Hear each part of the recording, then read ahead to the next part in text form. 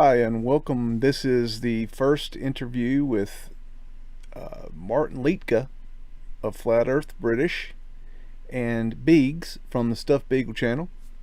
I'm Beags, and I want to do this intro because when we did our first interview, um, I had trouble with my Wi-Fi signal for the first 15 minutes, and it was going in and out.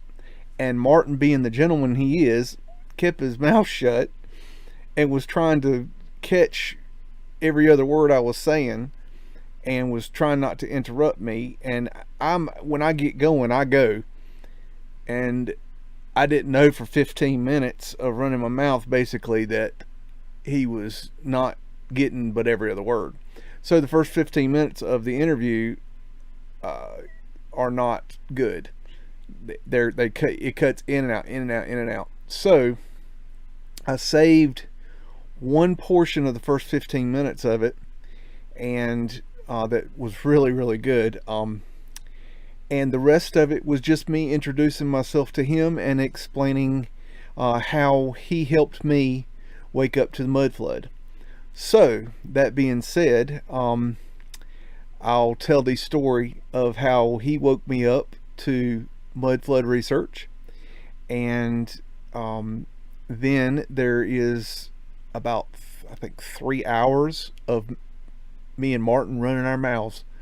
So if you want to hear about mud flood and flat earth and spirituality and all kinds of things, we talked about some great topics.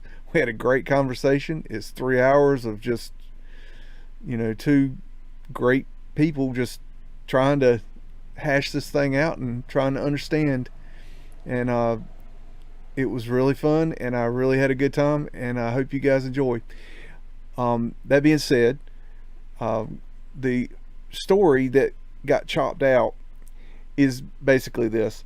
When I woke up in 2008, and before that I was I made my living on the internet with computers. And so when I woke up, I got rid of my computers. I stepped away from computers for 10 years. And so later I got a laptop, and I started doing new research after years of studying via books and DVDs and listening to radio and things like this. And so I wanted new research, and so when I started looking around to see what was new, I ran into jet fuel hoax rabbit hole. Check that out.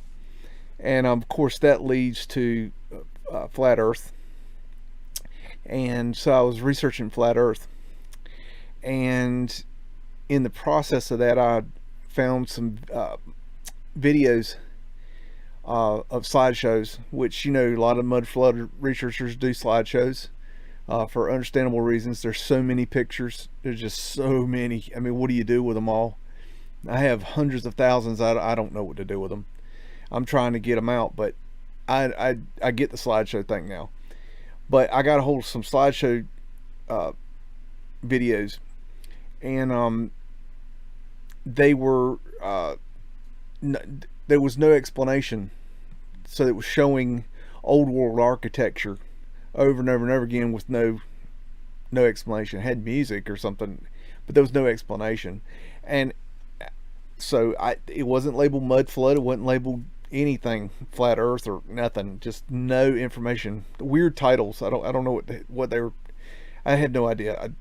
I don't know what the videos were called, but basically I got the gist of it is that something ain't right.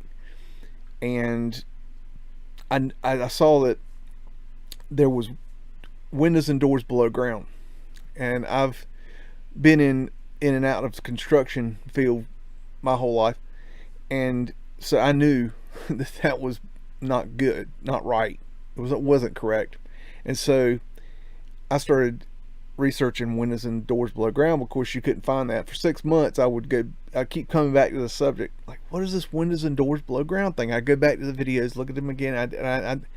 There's something I'm missing here. I can't figure it out. Why am I not getting this? It seems so obvious, and I thought I was losing my damn mind, because it was so in my face.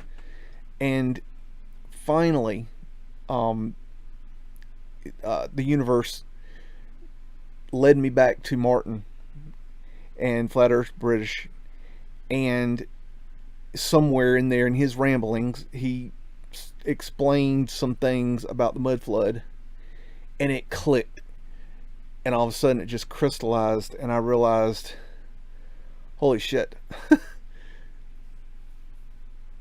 that's what I'm looking for. That's the answer. That's mud flood is it. That's what this windows and doors below ground is. So I want to thank Martin Liedtke, Flat Earth British, for waking me up to mud flood and Tartaria. They're the same thing, but I owe that to him, and I really appreciate it. So what follows is our first conversation, and I hope it'll be the first of many. And I had a really good time, and I think he did too.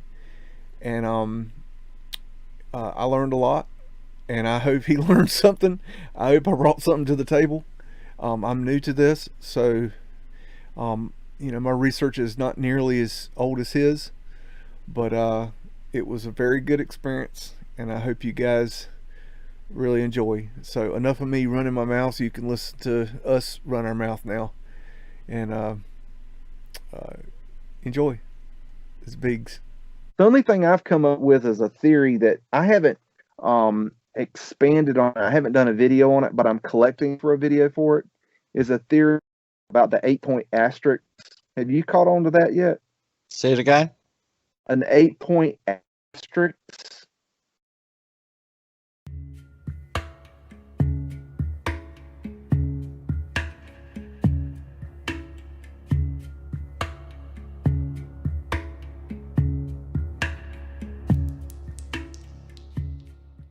Okay, there's a I don't know what to call it, so I call it the 8-point asterisk. And what is if you search 8-point asterisk or eight-spoked wheel, okay, comes up with this symbol, okay, and my studies of North America, mainly in America, I keep across this phenomena of this detail in the construction, in the architecture, has an 8-point asterisk. It's everywhere. I mean, freaking everywhere. Well, and you can get that answered. I can answer that for you. Well, I think it's a symbol for flat Earth. Well, that's my theory. I actually included that in my book, my last book, and I've actually got a diagram of the eight-spoked Indian wheel. I've got a depiction of it in the book, and it is all explained. It's all explained in there what it is and why it is all over antiquity. And is it mainly in? It seems like it's mainly in me, or is it all over the world? It is in everything. It is the Maltese cross. It is the cross. It is which all fold into a square. So it's the square. It is called the Four Angels. If you read my book, it'll explain it. This place electromagnetically, right, is a 10 vortex system. 8 of the vortexes are around the edge, 2, 4, 6, 8. So that's the 8 spokes. The final 2, to make it a 10 vortex system, are in the center, the axis Mundi, which is why they put axis in the name of this Indian wheel. So it's just a representation of the electromagnetic model of our flat Earth, is what it is. So you and I offered hundreds and hundreds of proofs in the book, so that it can't really be debunked or argued with, because it shows you beyond the shadow of a doubt this is indeed the case. Oh, cool! Because I'd love for someone to try. It's not going to be possible. People seem to theories correct, but how do you prove it? Then you? I That's brought up, amazing. I did a heard you talk series. about What I did is I did a series called The Greatest Secret Never Told, Yeah. where I offered visual, because each image speaks 1,000 words. So I offered visual, documentational, which is better than any sort of evidence that is available anywhere on Earth.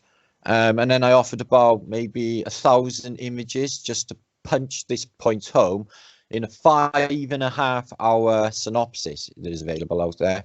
Something like 100,000 people watched the series. This was like back in 2018, and it was the basis for my first book, The Holy Grail of a Flat Earth, Right. which is just taken out of antiquity, that they've been telling us all along the true shape of the Earth, or the electromagnetic model, at least. But they do tell us that it is a 10 vortex system. The horizontal bar, I see it as the flat plane.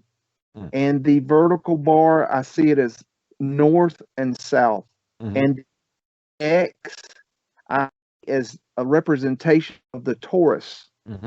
Indeed. Does that sound correct to you, or are you thinking it's more looking down at it?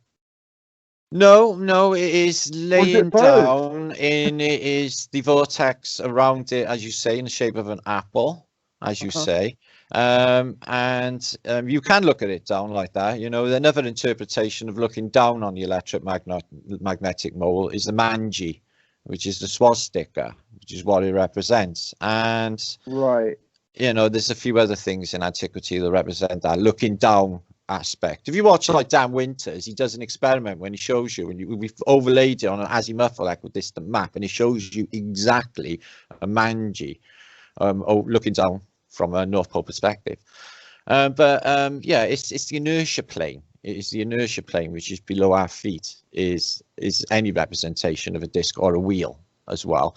And the spokes, they represent the four angels, which are the vortexes, which are north and south magnets, which electromagnetically attract the sun and the moon and dictate their paths, and then repel them, driving them onwards. You know, there's experiments out there that show you this sort of technology. They do it in the lab, where they can just propel an object around a table just by electromagnetic repulsion and attraction without touching it at all. This is a type of free energy, if you like, using magnets.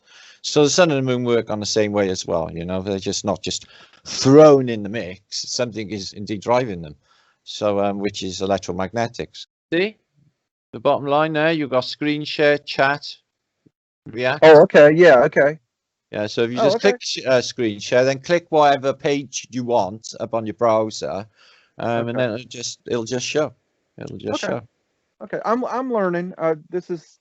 Oh, it's not difficult. It comes over years of it. You know, I've been doing this 6 years. I tell you what, in the beginning, I was absolutely horrendous. It took me absolutely years to nail a microphone. I'd have some of the biggest guests on the internet, and I would have the fucking shittiest microphone you can imagine. Well, I got a $10 Walmart microphone I'm talking through. I only sorted this one out the other day. I've been crummy lately with my mic. I can't really sort it out. I'll show you now. I'll share screen and I'll show you something now. Let me just get rid of my my Facebook so nobody's messages pops up or anything, and I'll just give you an idea. So just share screen, and then it'll just. So I seen a massive sundog today. Very unusual. Right, can you see that if it come up? Hang on. Yes. There you go. So this was the day, me chilling over the field, and when I woke up, it was a beautiful blue sky. And then he came in with these like really heavy chemtrailers doing streaks across the sky. By about 3 o'clock, this happened. Really weird, really eerie feeling with it. It was like, you know, in an eclipse when you get that cold, shadowy feeling. Yeah, like in an eclipse. That's what you had with that. It was like, my legs are really cold. I gotta get going. This is like, and this is May. You know, it's just crazy. So yeah, they created that. They made that happen. They're just lens in the sun, aren't they? Maybe they're just obscuring, hiding a secondary sun. Check this out. I know we'll get you copyrighted, but I want to show you something. Right? It is public domain because I have checked. Right. London, 1946, after the war. Right. Wow. So yeah. This is across the road from the Houses of Parliament. So that's the look. Oh, I knew my Facebook stuff had come out. This is the location. Yeah, I see. Yeah. Big Ben's on the right, right? Yeah. This is the location of St. Thomas's Hospital now. So this would be the original St. Thomas's Hospital. And it is just, look at it. And they're taking it down, or it's had a hit or something. It's no longer there. The middle bit might have been exploded. I don't know. But they show you later on, right, some of the bomb damage. So the troops come home, bit of the Docklands, bit of Piccadilly Circus, not much going on. And nobody, not one person is buying anything, right? Yeah, everyone's going somewhere. What's the video called?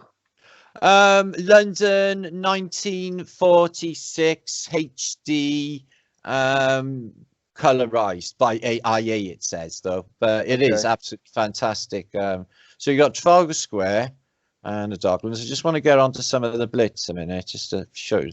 Look at that in the background. That's Eros in there, in that statue, the statue of Eros in Piccadilly Circus in the modern day. So they just put all that shit over it to protect it, and all of that's just wrecked as well. This is unusual. You're right. After the bomb damage, see that church there?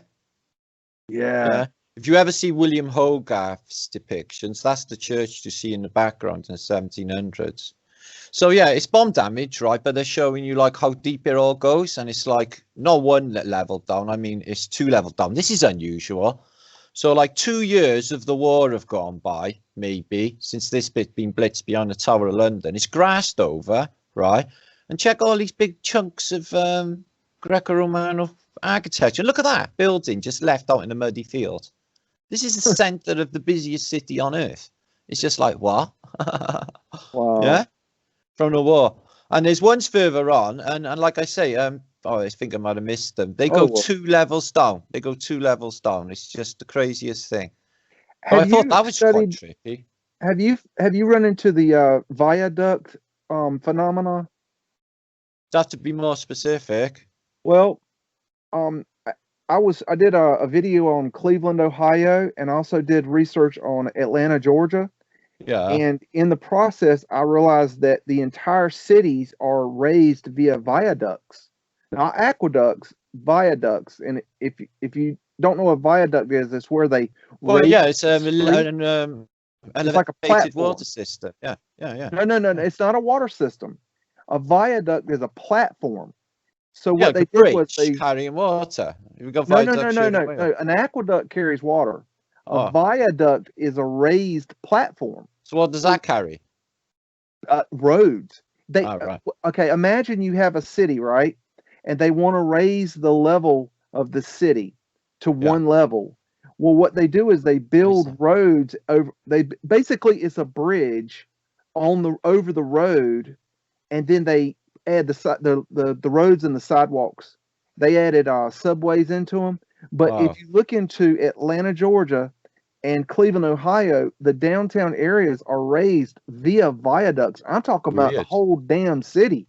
No, I didn't know about that. Yeah, and there's places that you can see on Google Earth even where Atlanta is raised 4 stories. Yeah. So viaducts is something I think people need to check into.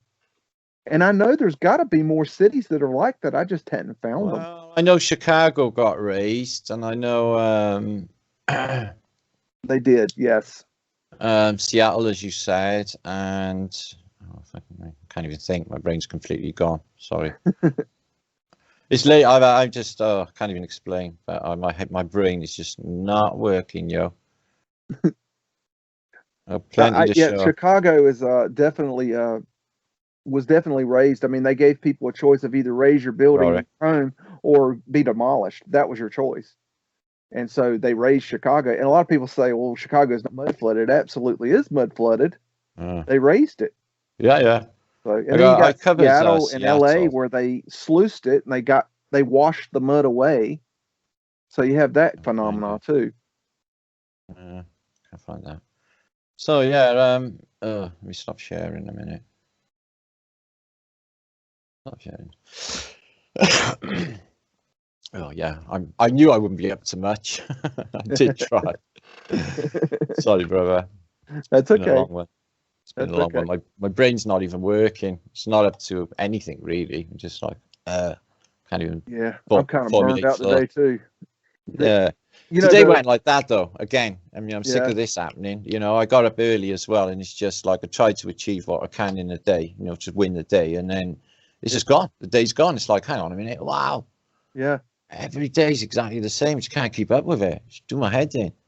Time is just speeding up so fast. I mean, Yeah. you can't even keep up with it. I don't care to watch. I don't watch. I watch because it's No, I don't. pointless. I'm not a watcher of time either. You know, I've never been neurotic about the time. You're not the type, but Yeah, there's no doubt in my mind. You know, years ago, like I remember summer days lasting like an eternity. Summer nights lasting like forever. That's yeah, just a one day. You know, yeah. and now it's just gone, gone. I was just putting it down to my age, like, you know, because they say when you get a bit older, you know, time sort of speeds up. But like everyone is sharing the same experience, they're saying the same to me. It's like, Yeah. what's happening with these days? I just can't seem to, but you know, it's gone before I've achieved anything. You set all these goals for yourself, and you get through the day, and it's like you got one little thing done. You're like, wait a minute, this ain't right. Well, I won't let that happen. If that happens, I just stay up until it's done and just stays up through the night and just make sure everything's done. But yeah, the days just, that's what I mean. How would I watch videos? Where would I have time?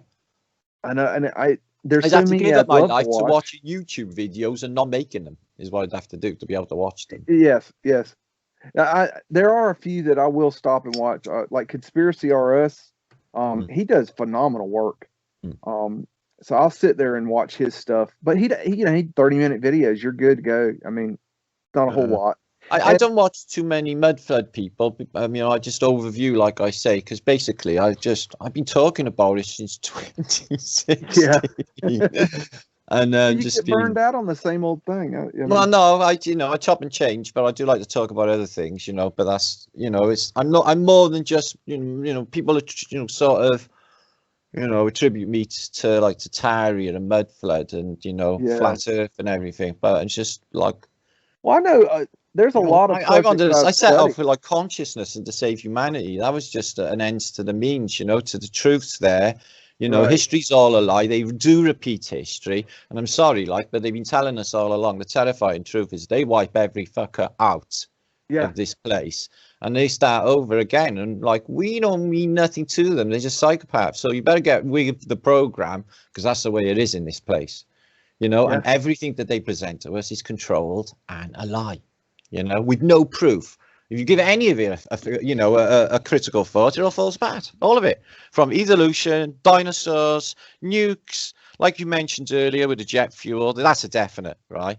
When I was a kid, if a jet went over, it screamed the neighborhood out. I mean, it was deafening, raw from any jet high up. You know, even if, you know, at 38,000 feet or something, they would be roaring. And now you can hardly hear anything quiet. Yeah, because it's I live near Fort Bragg in Carolina. And every day I have the C-130s coming in over my house. And number one, they're very quiet. And number two, they look like they're floating, like they're levitating. How can them things that big just sort of hang in the air going that slow though? Come on. It's a monster. It's just, why does it just fall down? Yeah. I know, especially with Hercules, is they does me in. I'm just like, how, because they're so phenomenally big, aren't they? It's just like, how can he just stay there? And they don't seem quick enough to give him lift, do they? You know, they just like seem to be, you know, just go in. Well, it's a bee levitating is what it is. They figured out how to levitate, and they use the what is the HHO gas? What's the gas they use? I don't know, but I know what you're saying. I think it's where they create the pressurized air. The starter. Yeah, once they're there, then and then the pressurized air is flammable. Exactly. And it turns into a gas. I mean, it makes sense. So much sense. And if they're not doing it, why aren't they doing it? Yeah. And, you know, if you look at, this is what killed me. I think what really got me going was when I saw a picture of how many swimming pools it takes to fill up a 747, and it's sitting on the wings. And I know how much water that is in a pool. I'm telling you, Somebody said to me the other day, though, no, he wouldn't have it. He was saying, oh, I know, I was in an airport and I was on the flat bit, you know, and I watched them pour in all in thousands of litres to that plane. Yeah. Like, I don't reckon you can get 80,000 litres in them wings, and that's deadly. You know, why stick him on the wings, in the skinny wings anyway? Wouldn't that just, like, you know, I'm like not into, like, you know, aerodynamics or anything, but in my mind, that seems like, you know, that's just, how can the wing hold that much weight? I don't know. It's impossible. It makes no sense. I mean, when you think about it, you got to be a pure dumbass to believe it. Look, it could be just dribbling out enough fuel to give them enough to get the lift, like we say, right? And the clock could just be going like that, couldn't it? Yeah, it's easy to do clocking, you know, and change the speeds. So they could just be clocking them. And I don't even think they use a drop of jet fuel, to tell you the truth, because they come in with the start cart. Have you seen that, where they hook it up to the little?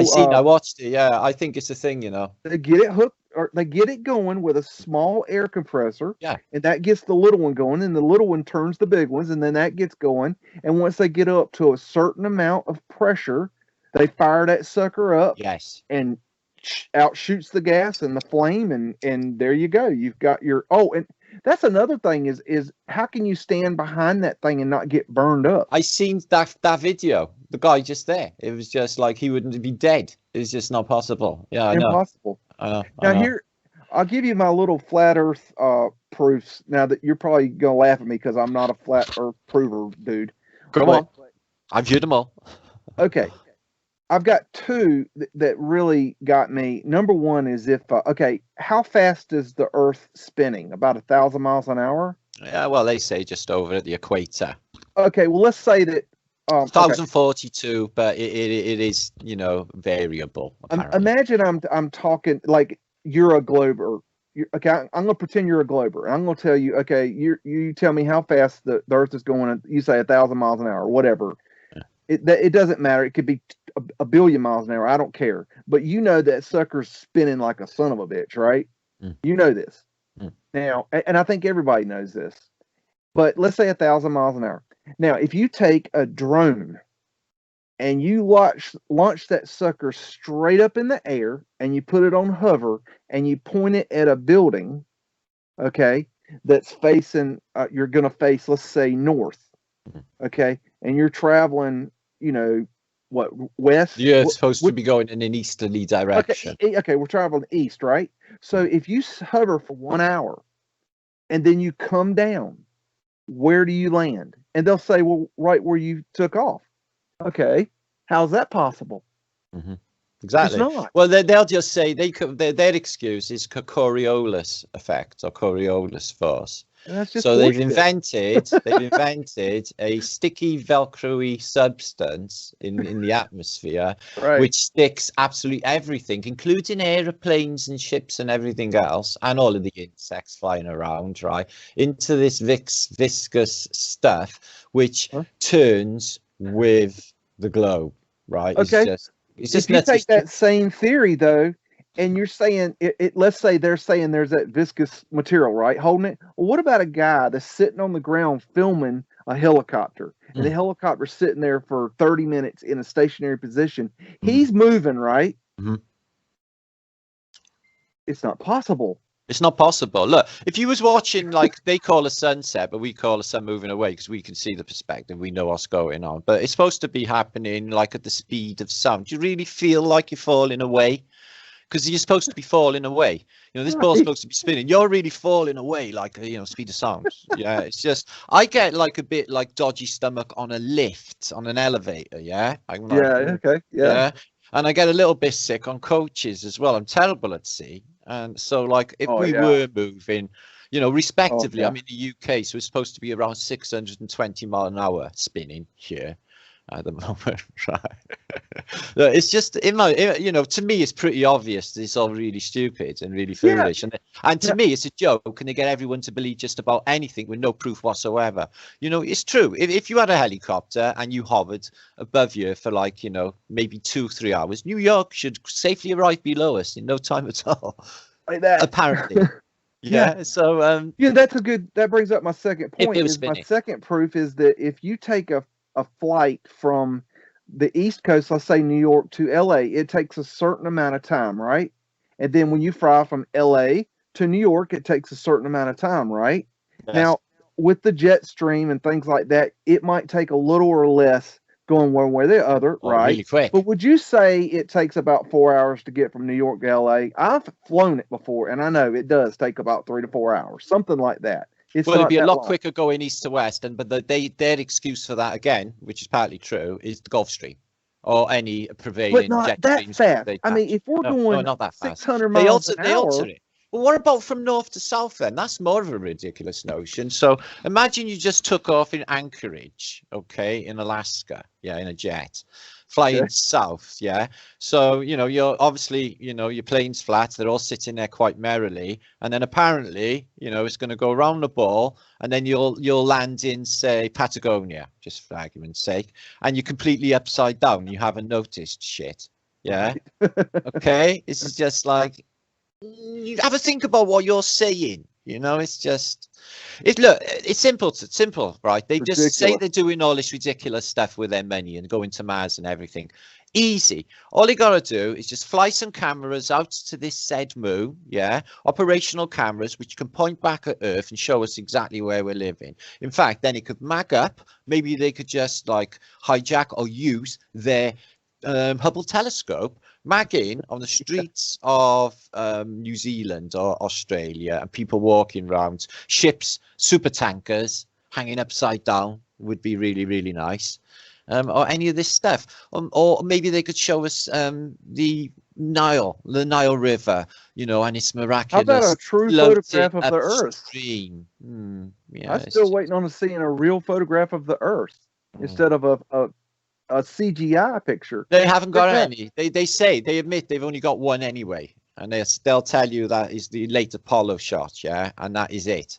And all other images are CGI, and they will tell you, and they only say one's real, and it's all obscured. There's nowhere, like, because this ball is so small and the continents are all pervasive and you can see them. It's like, okay, then, so where's the North Pole and where's Antarctica? And on the back, you know, it's just, it's obviously stupidly fake. There's a place here near me called a city called Durham, North Carolina, and they have a science museum, and they have an exact full-size replica of the lunar lander module. And I remember when I was a little boy seeing that quite a few times and wondering how the hell a man in a suit could fit through that. And, it's ridiculous. And then, you know, I've seen it. I know. I went to the Space Museum, Space Center in Britain. They say it's a couple of, you know, millimeters, you know, of like silver foil, kitchen foil. Yeah, that's the casing for it. Yeah, I mean that makes sense. Yeah, just but I've posted, like, I did, like, it's one of my best viewing videos. Like, it's, you know, NASA of 100% busted, and it's basically showing from outside the limb. Yeah. Just all like bolts missing, and just like only every other bolt's done up, you know, in the most expensive mission ever, and chinks of light shining through from inside. Yeah, chinks of light shining through. So, you know, this is just not happening. None of it is happening. It's just that is, to me, if anyone believes that man walked on the moon, that is unfathomable stupidity to my mind. Yeah, it's just, why would you even you know, trust the whole thing to say? It's just pathetic. It's really, I mean, that was you know, I didn't wake up to that part until around 2017, so I'm very new to this. Yeah, wow, yeah, and I was awake from 2008. You know, and so I never ever bought it. You know, I was old enough to watch these things anyway. You know, I missed the first landings, but by the time I was about 5 or 6, oh yeah, 5, the later Apollo 18, so 1972 to 73, and it was all over the television in color, HD, you know, and we had a color telly at the time, and I was like that, transfixed, you know, just like, is there anything else on though? Because this is like boring. I switch over, and even as a small child, you know, I was like, this is just Space 1999. This is just like, I don't think this is happening. And I've never, ever bought it. I've stared at the moon, and instantly my consciousness will tell me, no fucking way. No way. You know, that sucks, because I have all my life up until, like I said, recently, I have The believed. control mechanism. I didn't believe that we went to the moon. I woke up to that in 2008, but I did believe in space, and I did believe that there was stars and all that stuff. I did believe that. I mean, even being awake, I didn't know. I used to pride myself on how much I knew about astrophysics and space stuff. I thought, like, yeah, I'm a real geek. I defy anyone to tell me anything about any of this now. You know, that's what I was like. Study the. That's why all flat earthers are. All flat earthers, if all flat earthers were NASA fanboys at some stage watching all of this and having doubts, yeah, because I would like that when them first images from Earth from space turned up on my computer. I was like, oh, these are fab. So all of those city lights, well, then I haven't seen them before. How come they don't show up in any of the other images? Oh, all right then. So they're just coming up now. All right then.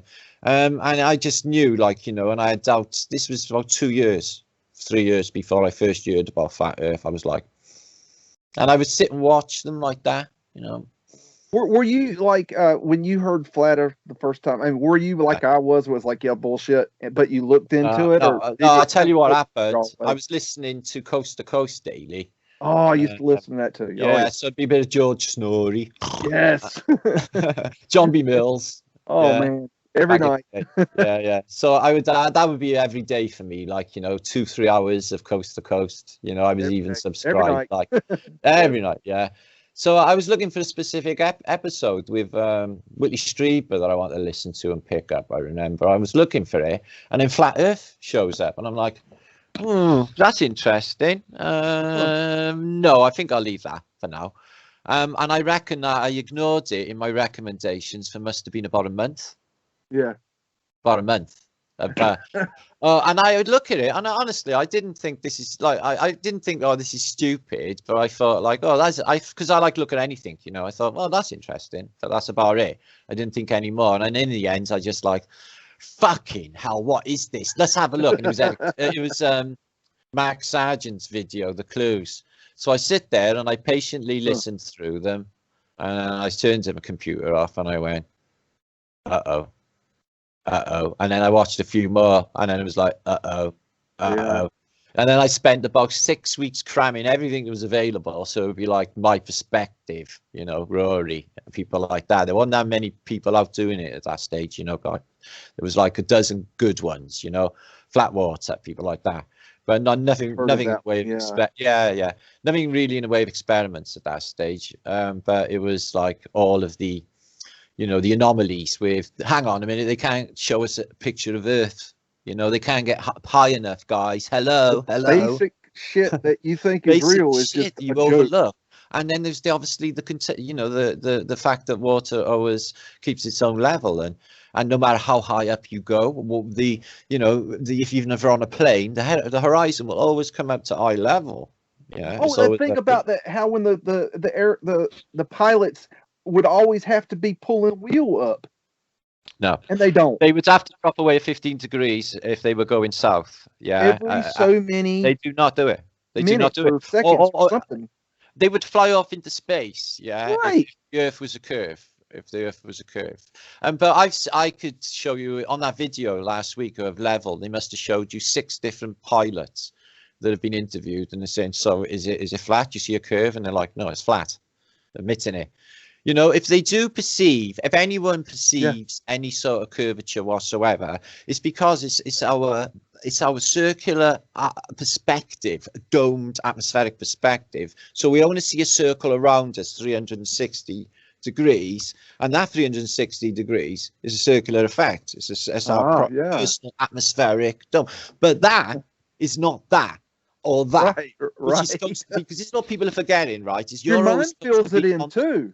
What about this trippiness? You're always supposed to be on the top of the ball. So everything will be dropping away from you, from where you're standing right now. You're on top of that ball. And everything is dropping away that way and that way. Right. Yeah.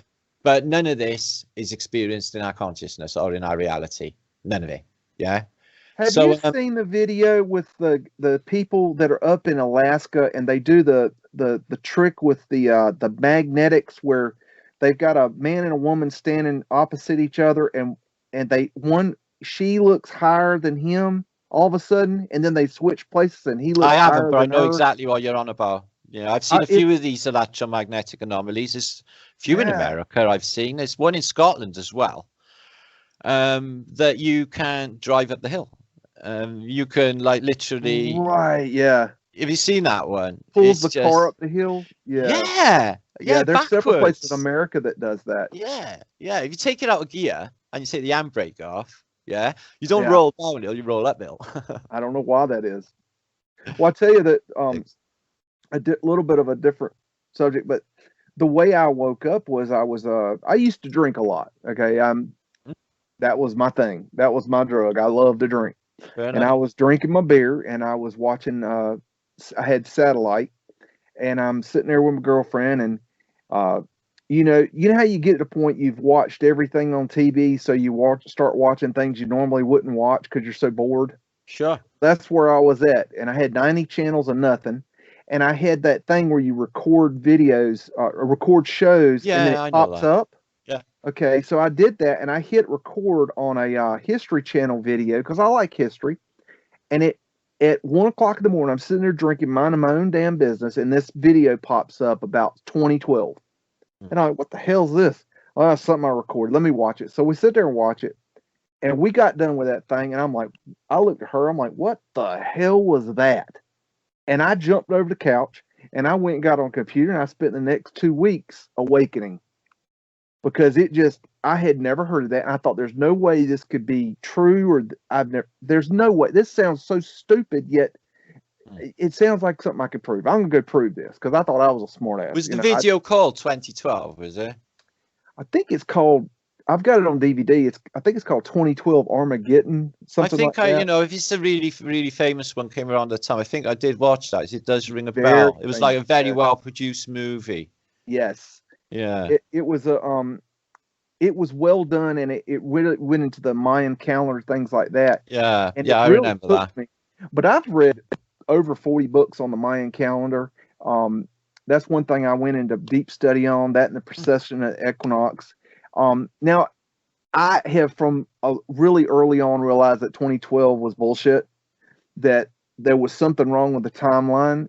Of course, now I know why, but at the time I knew something was wrong with the timeline, and I knew that 2012 wasn't the end of the world. I realized that very early on from studying the Mayan calendar, and I realized that also that it's extremely important to study it because there's a lot of wisdom going on there. And they're telling us a lot of things, and you can learn a lot of things and lessons from the study of the 2012. But see, after 2012, everybody put it away like it was nothing. Like, oh, that didn't happen. That was bullshit. It wasn't bullshit. It was the people. It can't be anyway. Bullshit. If you think about it, I don't think it can be, because basically you're going on the Phoenician calendar, and I think there's been an added 1,000 years plus. Right. Well, that's what I'm saying. The timeline is not right, but it was the what they did with the calendar, how they had it figured out like a clock, that if when it got to a certain point on the calendar, it was like certain things could happen. And they had this thing figured out. I mean, they were talking about the Pleiades, how many stars were in the Pleiades star system. I can see about 8 telescopes. 11. How many? But they knew that 1,000 years before they had telescopes. How? Yeah, because you're going to see one when you look up, really, can you? On a good night, you might see 7, maybe. Yeah, well, not with my eyesight, but with my camera, I have seen about 7. I think I've seen about 7. And you're probably right, but I mean, the point is that you can't see what they said was there. It's impossible. No, I get that. How did they know that? They knew something. They were a lot advanced. Their language has, well, not the Mayans, but the Aztec language has words with 100 characters. One word. I mean, what kind of knowledge did they have? Look at their pyramids and the canals of Mercury. What do you think they were up to? Oh yeah, Mercury's key. Big time. This is a big, major advanced civilization. And it's not long ago. It was the Aztecs that folded up like 1600s. No coinky dink. The when there's a Aztecs weren't reset. even that important. It's the Mayans So and the now, ones before them. Hmm.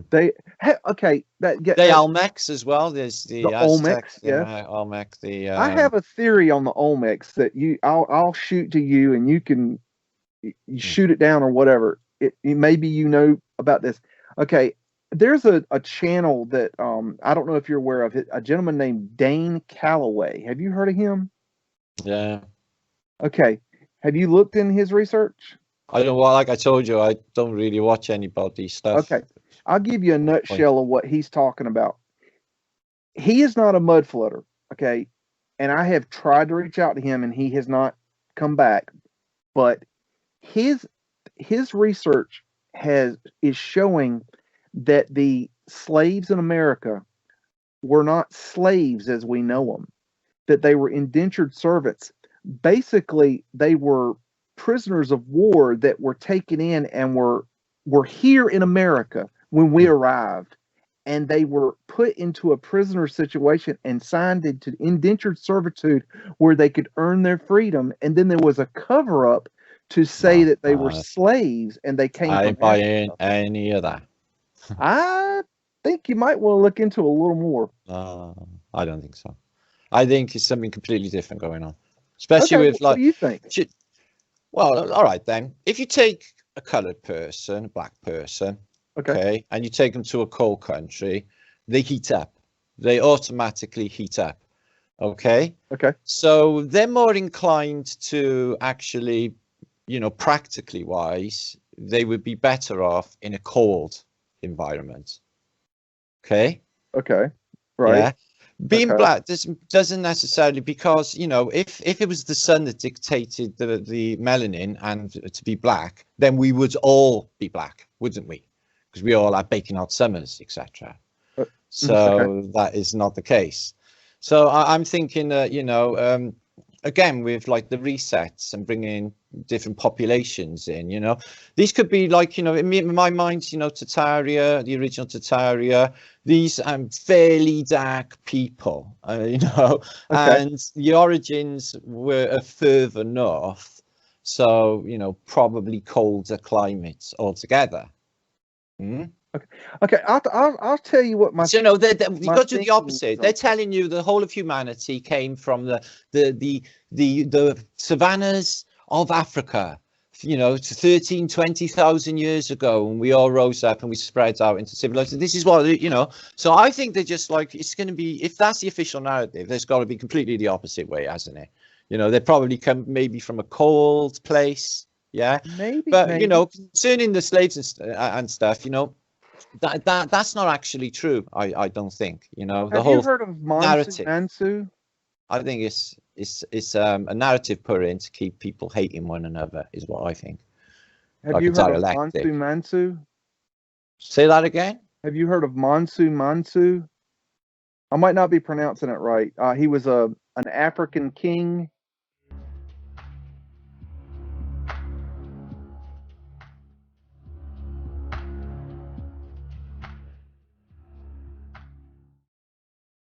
He was the richest man in history. Not sure. Okay. What year are we looking at? A long time ago. All right. Okay. Here's my theory in a nutshell. I think, and you'll have to dig into that. I can't give it all to you right quick, but I believe that the story is that Mansu, the richest man in history, that he was wealthier than any man in history, hands down. And I believe that the story goes that he sent out 200 ships to find land, and they went west from Africa. And when they got there, they came back and told him we found land. And then he built 3,000 ships. He loaded up all his ships and disappeared and was never seen again. He took all his people, got on the ships, and was never seen again.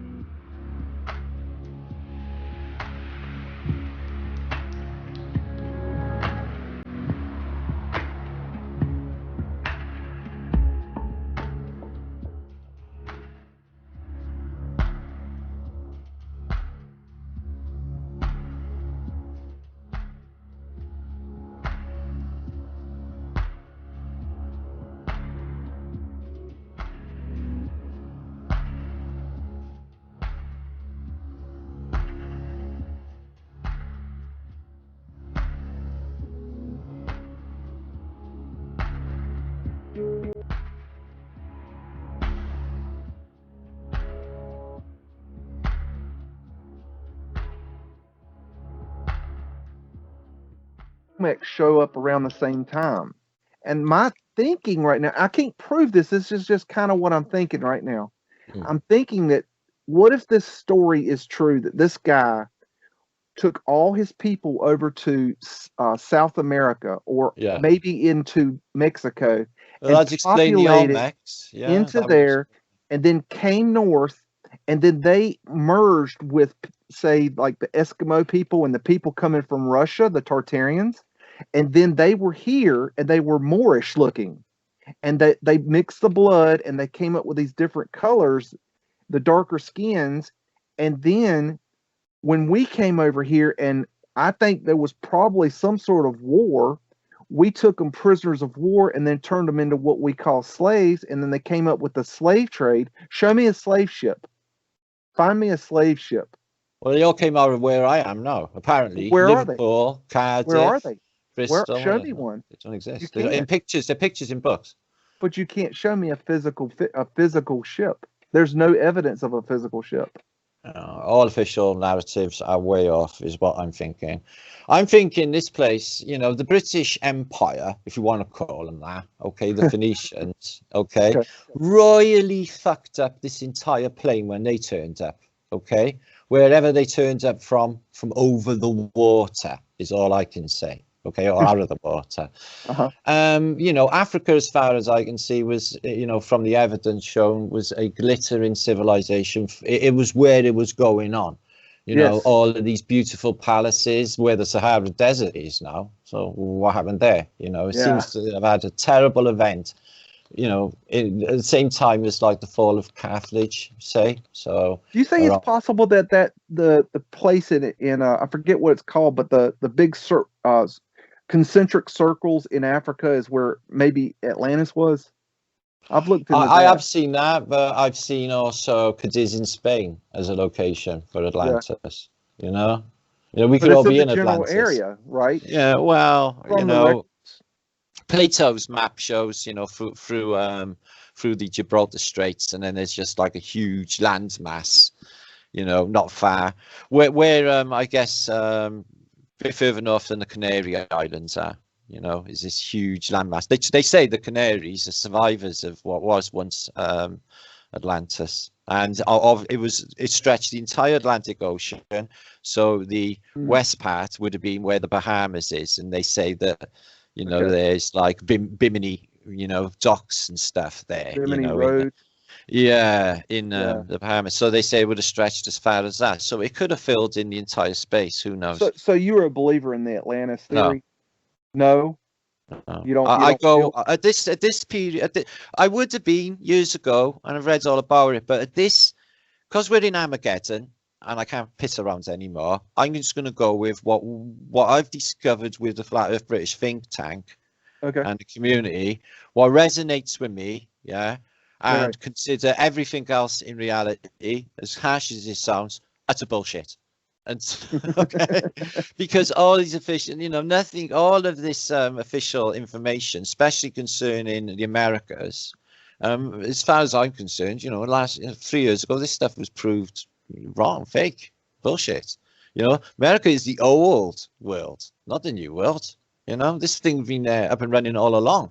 The classical world. So you try and tell someone, oh, well, the Romans were in America. Their buildings are all over it. They call, you know, what? The Romans? Hello, America wasn't discovered to Columbus. Yet. You find the classical world is littered in America and Australia and everywhere.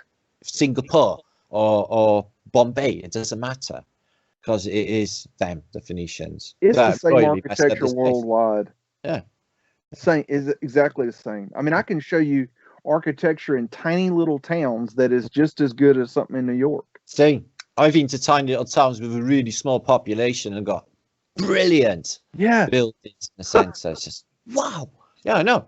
I think that's one thing that really. I was in downtown, a little town called Benson, North Carolina, the other day, and I was walking around downtown. And I'm looking around, and it hit me for the first time. Damn. This little town, this little Ho-Dunk 3-like town is a mud flood city or mud flood town. Yeah. And I look over this, they had this old, it's a library now, but it was a bank. And it's got mud flood windows down the side. They've got big openings on the side where the building, it goes down 12 feet.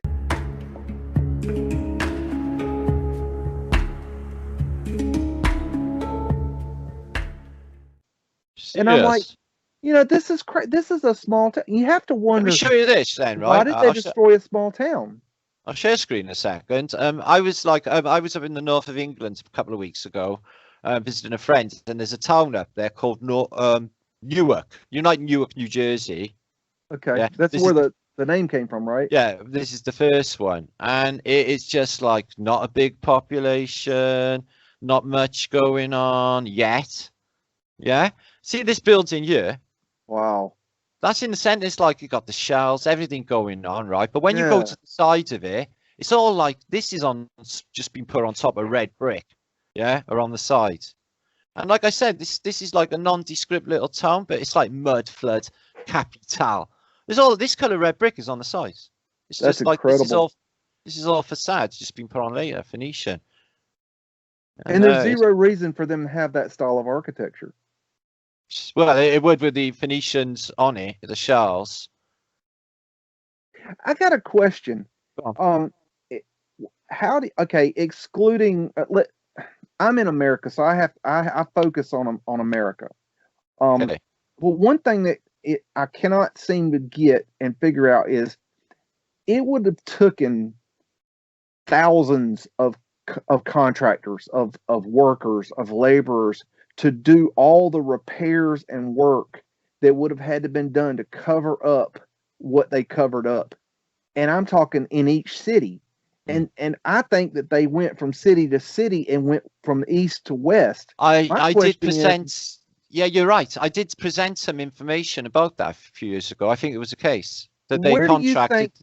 Where do you think that those workers came from, and then where do you think they went to? That's a good question. Yeah, I picked up on that narrative where I know they was like I read like one Native American was saying who was working with them, saying, "Oh, we just dug out of one city and now it's there again, and now we're going on to the next." And I was like, wow, to dig that out, so it's like, yeah, so they are doing this. The identity of them, they can say, who's the identity of the 49ers? They're just random people who turn up from whoever. You could have gold prospectors on the Yukon. It could be a Welshman, an Irishman, an Englishman, a Mexican, an American. It's just anybody just use the golds there or what have you. If that was the case, which I think it was for the Yukon, but these guys did not like, oh, there's no money left in gold. Let's move off and build an entire civilization, and an infrastructure and everything in no time at all in 40 years. Because from what you get from the 49ers, they seem to be like, a motley old crew. They ain't up to much at all, but working in the day. Digging gold, etc. Digging for gold, and then drinking and go to the local cabin prostitute thing on the corner because that's all he had going on in these places apparently. So they don't really strike me as the workative, let's build a civilization type. I might be wrong. I have an ancestor that supposedly was a 49er that went to San Francisco and struck gold. That's the family narrative, and I was given a long time ago a watch chain that he had made from the gold that he had found. Now, I have never seen anything like this thing ever anywhere. It is incredible. I don't think he designed it or made it or found it, or I think it's Tartarian. It's just a beautiful chain design, yeah. It's not just that. It's got the rock, supposedly the rock that he found the gold in, the quartz, incorporated into each little link. Whoa! And I can't even describe. So you got the straight, when they get like a vein of gold, like so you got the veins through it as well. Yeah. Right. Yeah. And it's incredible. It's absolutely incredible. And I just don't. Gold.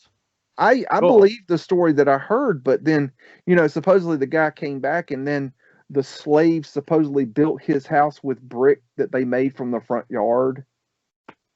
Have you heard that tale before? You hear that in America a lot. Oh, the slaves built the brick house. And that's the narrative here. You know, if they need to hide it, the slaves built it. More they're like they're in the brick house, like incorporated in it. Yeah. Yeah.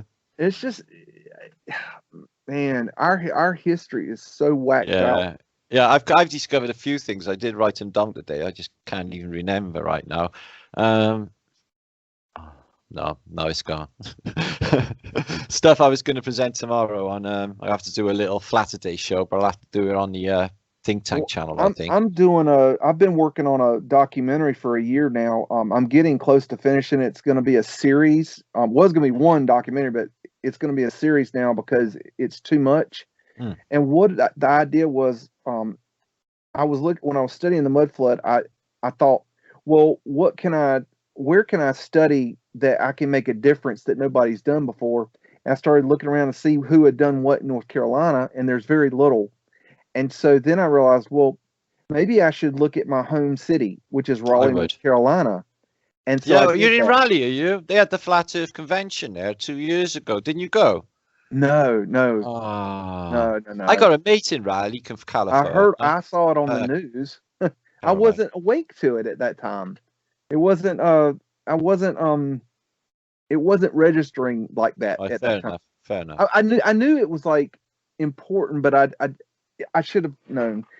But I have been making this documentary, and the idea is to look at every single building in the entire city and the history of it. And that's what I've done. And I think it's a first of its kind. I don't think anybody's ever done an entire city. Not like that. No, I've done like random buildings in the city. Random buildings. Yeah, right. But not all of them. It's just too many. And this thing. But I've seen the architecture in Raleigh. You got a beautiful little red brick city there. I have seen it. I looked on Google Earth at the time because I had a mate that I used to go on live feeds with from Raleigh. So I thought I'd have a look. Yeah. So I thought I'd have a look. Well, most of it has been destroyed. They have covered it and destroyed it and brutalized it. But it's got every element you could imagine. I've done one video on it so far that's kind of a compilation to it, and I did it on one obelisk that's in the middle of the city. And I did an hour-long doc on it. Covered Denver. That's a bit like Raleigh type of architecture. It's Raleigh is there's a lot of old history here, and they hid the mud flood very well. They did a good job here. But I was saying this thing about when they get some of these 1909 buildings in and stuff later. There's like a major post office in my city, the General Post Office, massive building, Phoenician, Greco-Romano, all of what you'd expect to see with the motifs. It's just like mind blowing. So you'd think 1909, photographs been around a long time. They could have got something on this thing being built, but isn't it incredible? Even as recent as that, I can't get anything, I've come to the conclusion that anything before 1945 is suspect. Yeah, I would give it around that as well, to be honest. Nowadays, yeah. I don't know what they did, but I think they changed something. That they changed the matrix. Well, somehow. I do think sometimes that this could be the case, especially with the changes that have been happening. There's no doubt about it. There are changes. There's no doubt about it whatsoever. It's weird how they get the copyrights on these things. I got copyrighted this week on my own video. Really? Well, yeah, because I took the clip off of one of my own videos. Yeah, because I got close to 2,000 videos out there. So I just borrows out of my own sort of resource to hopefully avoid copyright strike. And I still got it. So how can I didn't complain. But wow. It's not the first time it's happened either. Second time that's happened. That's on purpose. That they would have to physically do. I don't think the bot could do that. Do you? Well, I'm having it's been crazy for a long while. I'm just letting it ride at the moment. My comments are messed with. My last live feed Saturday before last Saturday, I think it was last Saturday. I went straight into my analytics following the show, and it was like 2,000, you know, more than was showing on the channel, which never has tallies up. So they sort of like, there's like a naughty bin in your analytics, where your true analytics are there, but they will not be expressed on your channel.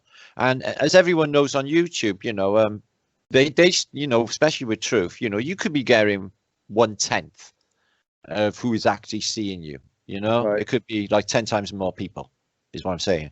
Right. But it would not reflect, and you would not see it, and they would not, you know, they would all be shadow banned. They wouldn't be allowed to comment. I got my nephew, he's tried to comment on my channel for the last 6 years, and they won't let him comment. He just says it's the weirdest thing. He's tried different accounts. It's just because it's him. They don't want me to. They don't want me to see that I'm getting family support, because they're always trying to undermine you. They're always trying to see if you crack any with this YouTube thing, because, you know, it's such a dirty, little, nasty, horrible thing is YouTube. It's you know, awful. It's awful. I'm glad I'm underground Awful. for that Yeah. reason. I don't have nearly that kind of problems. I feel like I'm like literally married to the entire community, and I can't do anything, go anywhere, because they won't let me. It's what I feel. Yeah, if I disappear for a week, it's like, oh, you want to see the performance I have? Yeah, it's like, oh no, I know. So like, I literally gotta just do what I do. I've got no choice. But I'm happy. I'm happy. Do you as long follow as the Oak Island mystery? yeah. I did. I posted about it a couple of times actually. It was even talking about like, oh, wouldn't that be brilliant if we went there? Yeah, it's all on my Tartarian channel. All this. There's an Oak Island video on there. I can't seem to figure out how it fits into Mudflood, but it is. I love that theory. Well, you know, the Knights Templar have been cut in with this. There's a few things that are interesting, but like, you know, when they say like there's coconut husks on each level and they only grow in, you know, in further south climates, probably, you know, down towards Florida, etc. So what's it doing all the way up there? But like, it's just official narratives, isn't it? And then they crank up this television series then where people buy lots. Did you see any of that? The Oak Island program on History Channel? Yeah, so some people, I hadn't seen that part. About people 10, 15 years. What? Yeah, people about 10, 15 years ago this was. So yes. Yeah, it was on I think it was on History or something. I think it was on Nat Geo maybe. So they would like follow their lives, and you know, they'd invested everything in just this little lot. Yeah, the whole system floods out. So you can't really get in there. It's deadly. There's only a couple of times a year you can get in there. And the things they retrieved did look European. You know, they was like, you know, looking like old Saxon stuff. Nothing of any value, they say. You know, so going on the official narrative is just the official narrative. You know, but like, I want to know, like, people like what I'm finding is with the Money Pit and all these different sites on Earth, you find all the same characters go to them. So you had Roosevelt. as Roosevelt as a young man goes there, yeah, and he works there. I tell you who else went to the Money Pit. A few movie stars went there. John Wayne invested. Yeah, he invested. He went to the Money Pit. So there's like, yeah, I know. There's some really unusual people that packed it all in and spent summers just pissing around in the Money Pit for some reason, and especially like notable people. I think there you are, Neil Armstrong as well. Wow. Yeah, he spent time there after the moon landing. So like, you know, there seems to be something, you know, with it that all of these Freemasons do know. And the same people are in the big game, like the moon landings, etc. So I think it is somewhere in the narrative, because it's a massive, you know, hole in the ground with a secret. You know, talking about Freemasons, my theory on the Freemasons is I've done a lot of study on the Freemasons, but that's kind of all gone to the side now. I've got Mudflood going on. My theory on Freemasons is that they were an organization that their job was to cover up the Mudflood. I think if you think about who had the organization and the people and the power and the secrets to cover up something like the Mudflood, I really think that they are the key culprits. Listen, it's a beautiful saying what you just said, cover up, because that's exactly what they did. Look, they found Freemasonry, yeah, so they're Freemasons, and they covered up the whole world with all of this.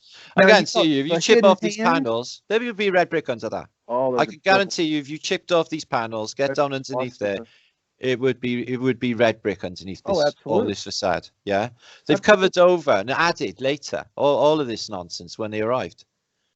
Like I said, you know, and well, we know about technosmia. This is what these things were, Tartarian technology, as we know.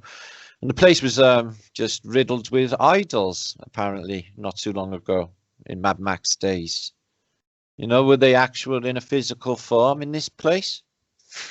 Listen, something's happened, like people pointing towards CERN. Like I haven't got a clue if any of that is real. You just get pictures. That's a great picture right there. That's Chester in England. That's so cool. Yeah, it's beautiful. I have a theory on the hidden hand from the Masons. Yeah, go on. If you imagine a guy holding his hand in his jacket like a hidden hand, and then turn him horizontally with the hand going down into the jacket. Yeah. To me, that represents a mud flood.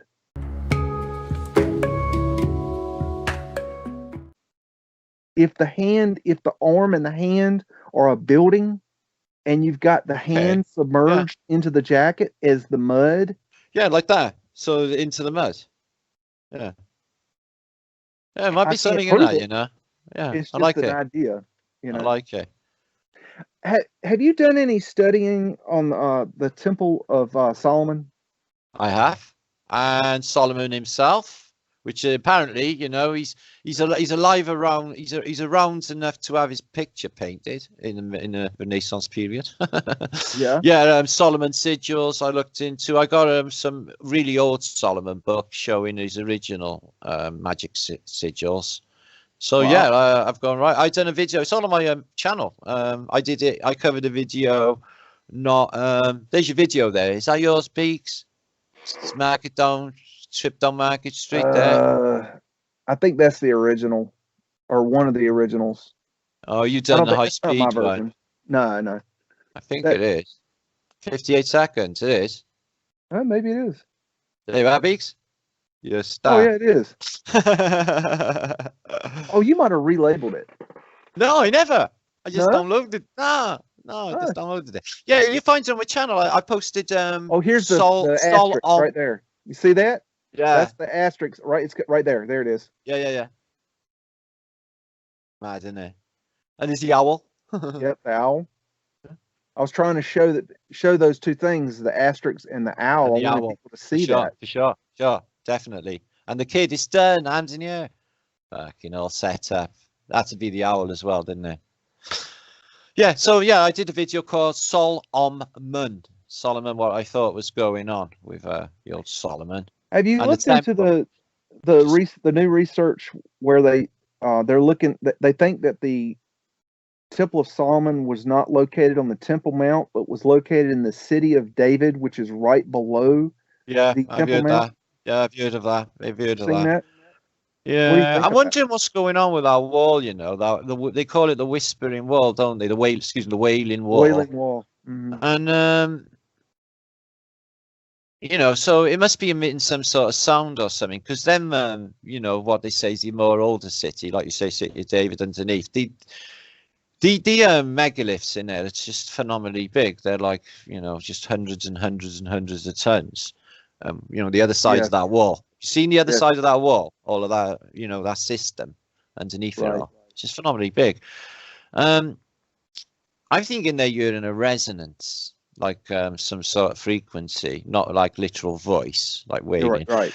You know, like, so this could be some sort of resonation chamber, you know, some sort of technology, I'm thinking. Same sort of thing as the Queen's Chamber in the pyramid, because that resonates, that whistles, that sings. You can hear the thing through the whole pyramid, you know, this is resonating. Yeah, so I think it's definitely part of a technology. I do. Yeah, I really do. But I tell you something else is trippy, is that the stone, you know, the rock, Temple Mount, you know, the rock itself. It's just like what is all of that attention to? Like, I know they say geographically it's where, you know, I suppose Abraham or wherever happened on this place and etc. Yeah. But it's just like the reverence is given to this rock and just this place. It's just, I'm thinking it's more. I'm thinking this thing is like some sort of wormhole where the veil is thin. You know, we've all seen these videos put out there with like these strange, you know, UFO type things shooting off at the top of the dome of the rock. You know, I think they were pretty undeniable because, like, I've seen about a dozen different phone versions of that. So how, you know, there was some sort of light that shot off it. So I think that was a thing. My what I've looked at in that is that it seems to me that the what we know as the Temple Mount was actually what's called Fort Antonia. It was the Roman fort. Okay. And they'll tell you today that Fort Antonia was at the I think it's the northwest corner. It's this small, tiny building. That can't be it. But if you study Roman forts, the size of the Temple Mount is the size of a common, everyday Roman fort.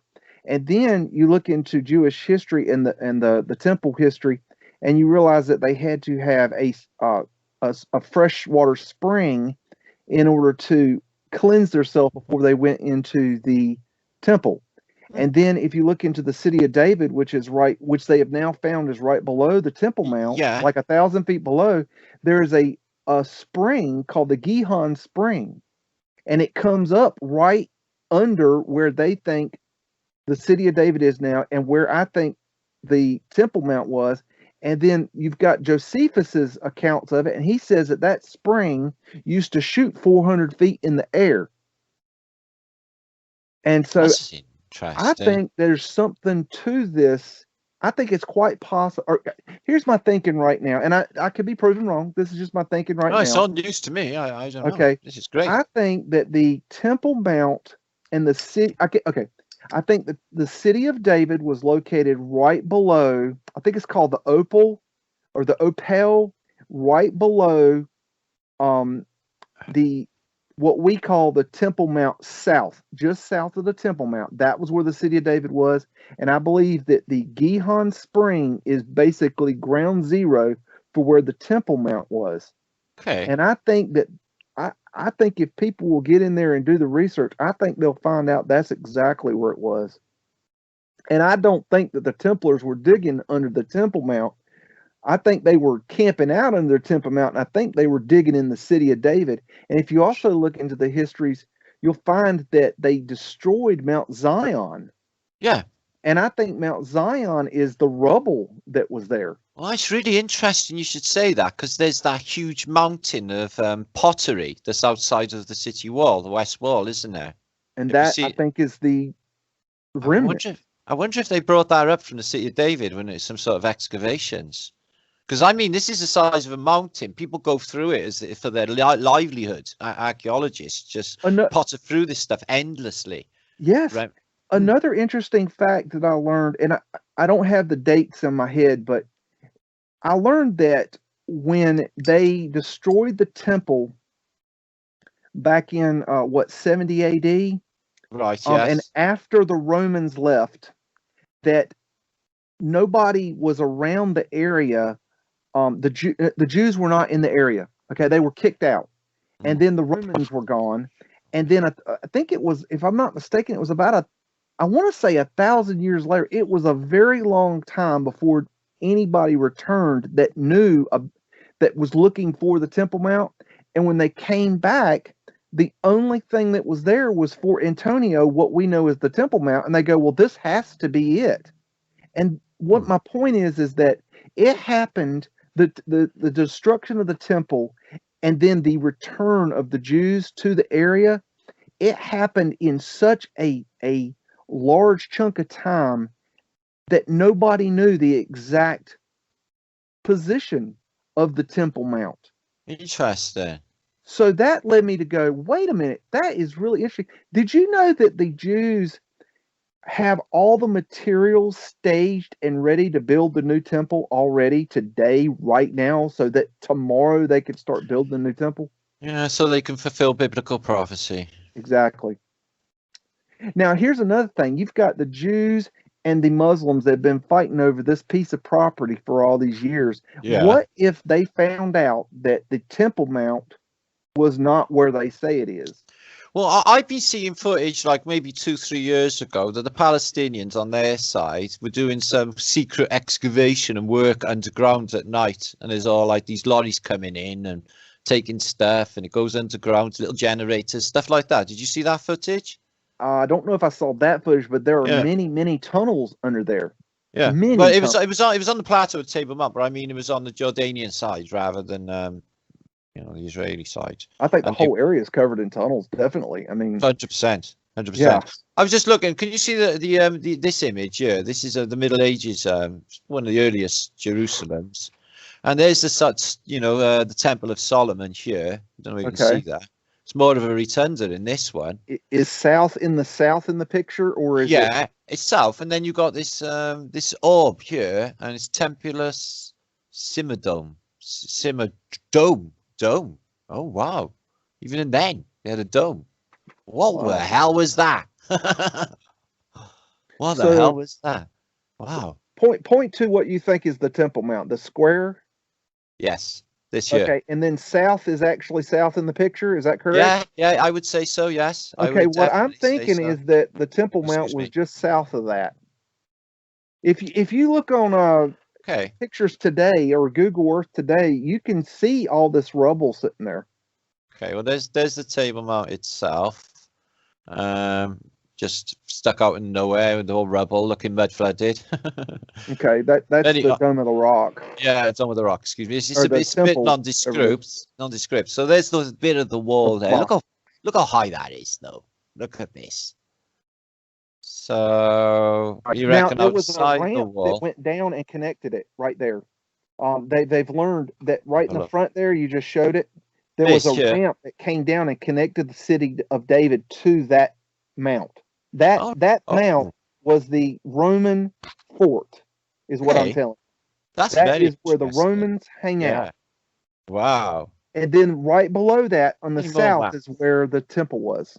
Oh, here's a good map here. Let's have a look. So there's Solomon's Temple, which is like always below ground level. It's all elevated above it. There's a fort here. So there's Solomon's Temple, the wall, the great ditch that's in front of it.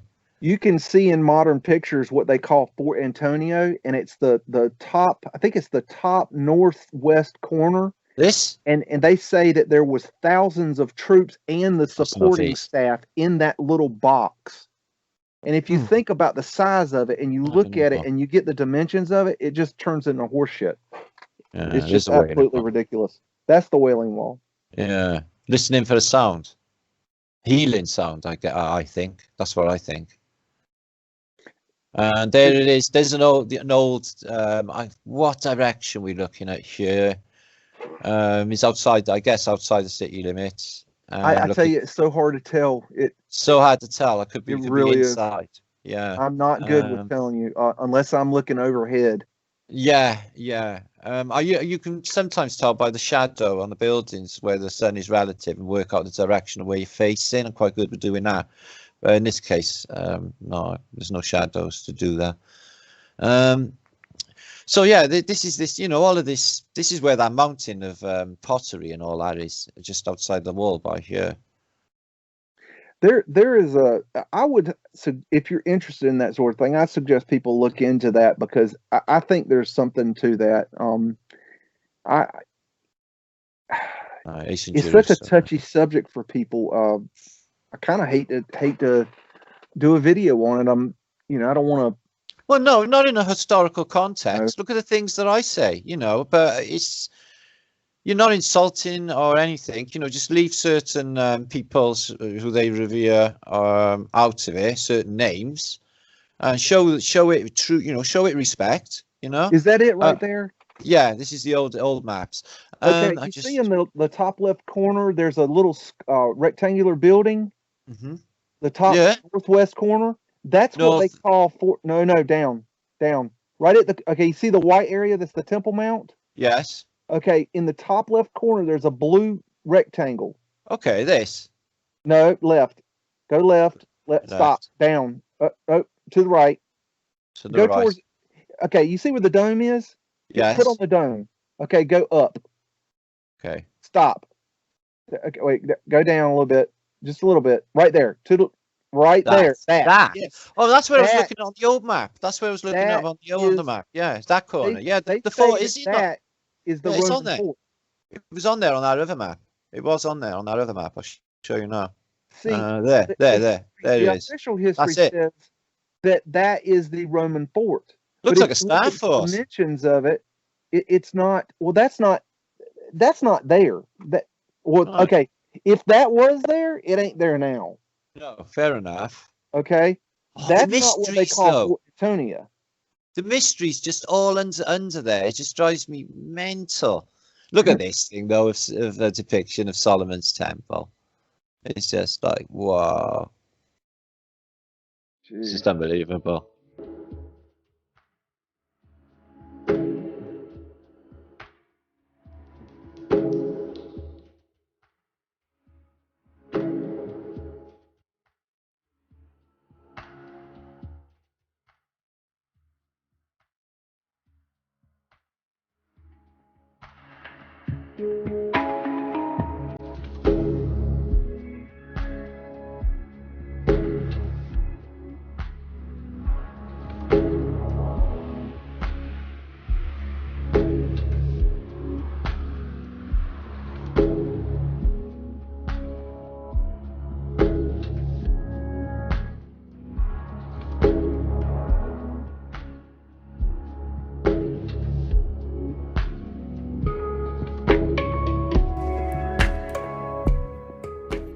Going through some, I got some fantastic pics today. I downloaded of you know where some of them depictions we see of when Mussolini clears all the muds away.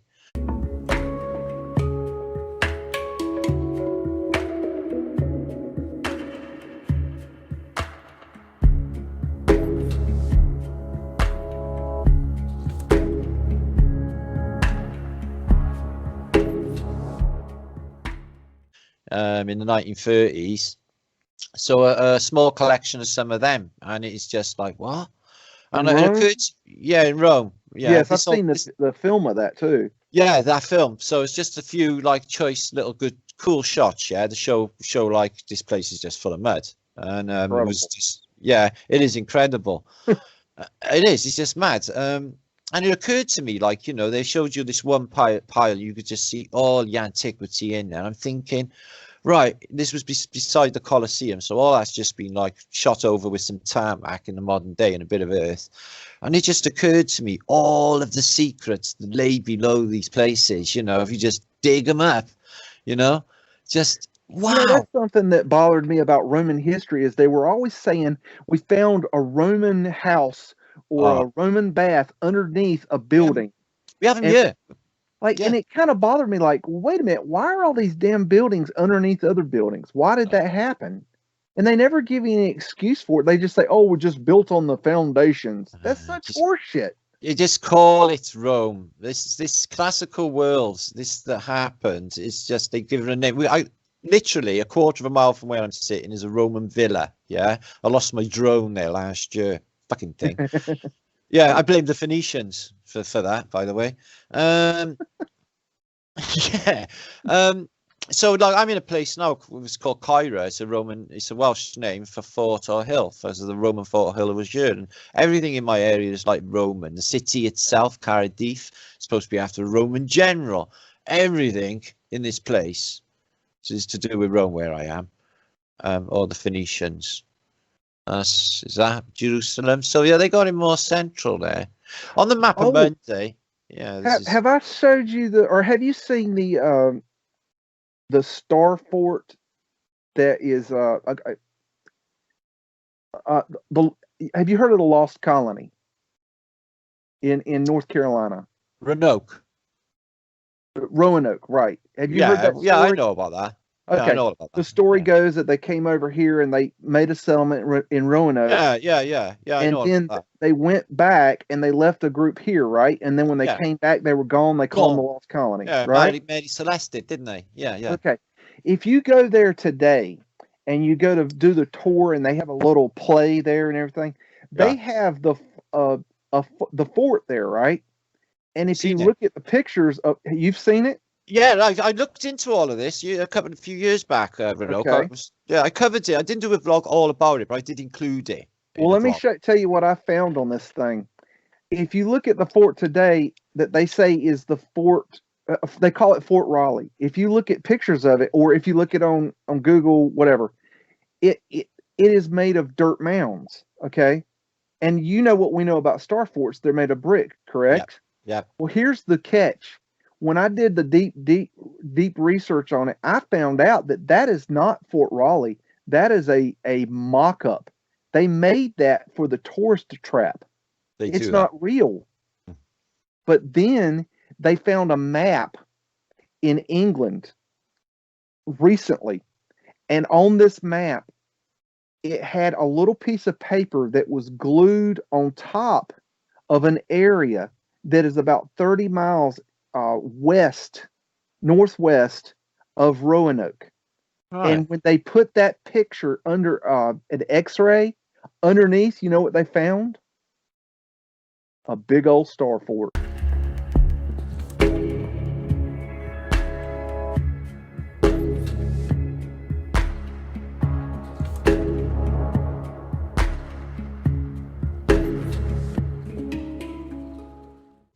Yeah. And so crazy. You know what's there today? A golf course. And there's no documentation or historical evidence at all whatsoever that there was ever a star fort there. And this map was drawn by John Smith. You know who he is? Yeah, the map maker. This is just insane. I watched 2 days ago. You ever seen that film Shutter Island with parts of it? Yes. Yes. Yeah, and they got like they saying like, oh, like it's the maximum security bit is this like forgotten Civil War star fort. It's like forgotten. It's like 100 years before all of that went down. What is exactly going on? And they show you it overhead. It's just the most amazing star fort on this little island. How do they get the resources out of these places? That's what gets me. You know, to build them in the first place. You know, all these little islands with the massive mental institutions on them that go on forever. It's just like, what about all the brick, all the woods, all the glass? How do all this get out there? You know, they bring it all up by barge. You know, it's just... The mental asylums all around the world, those are mad. They're incredible, absolutely incredible.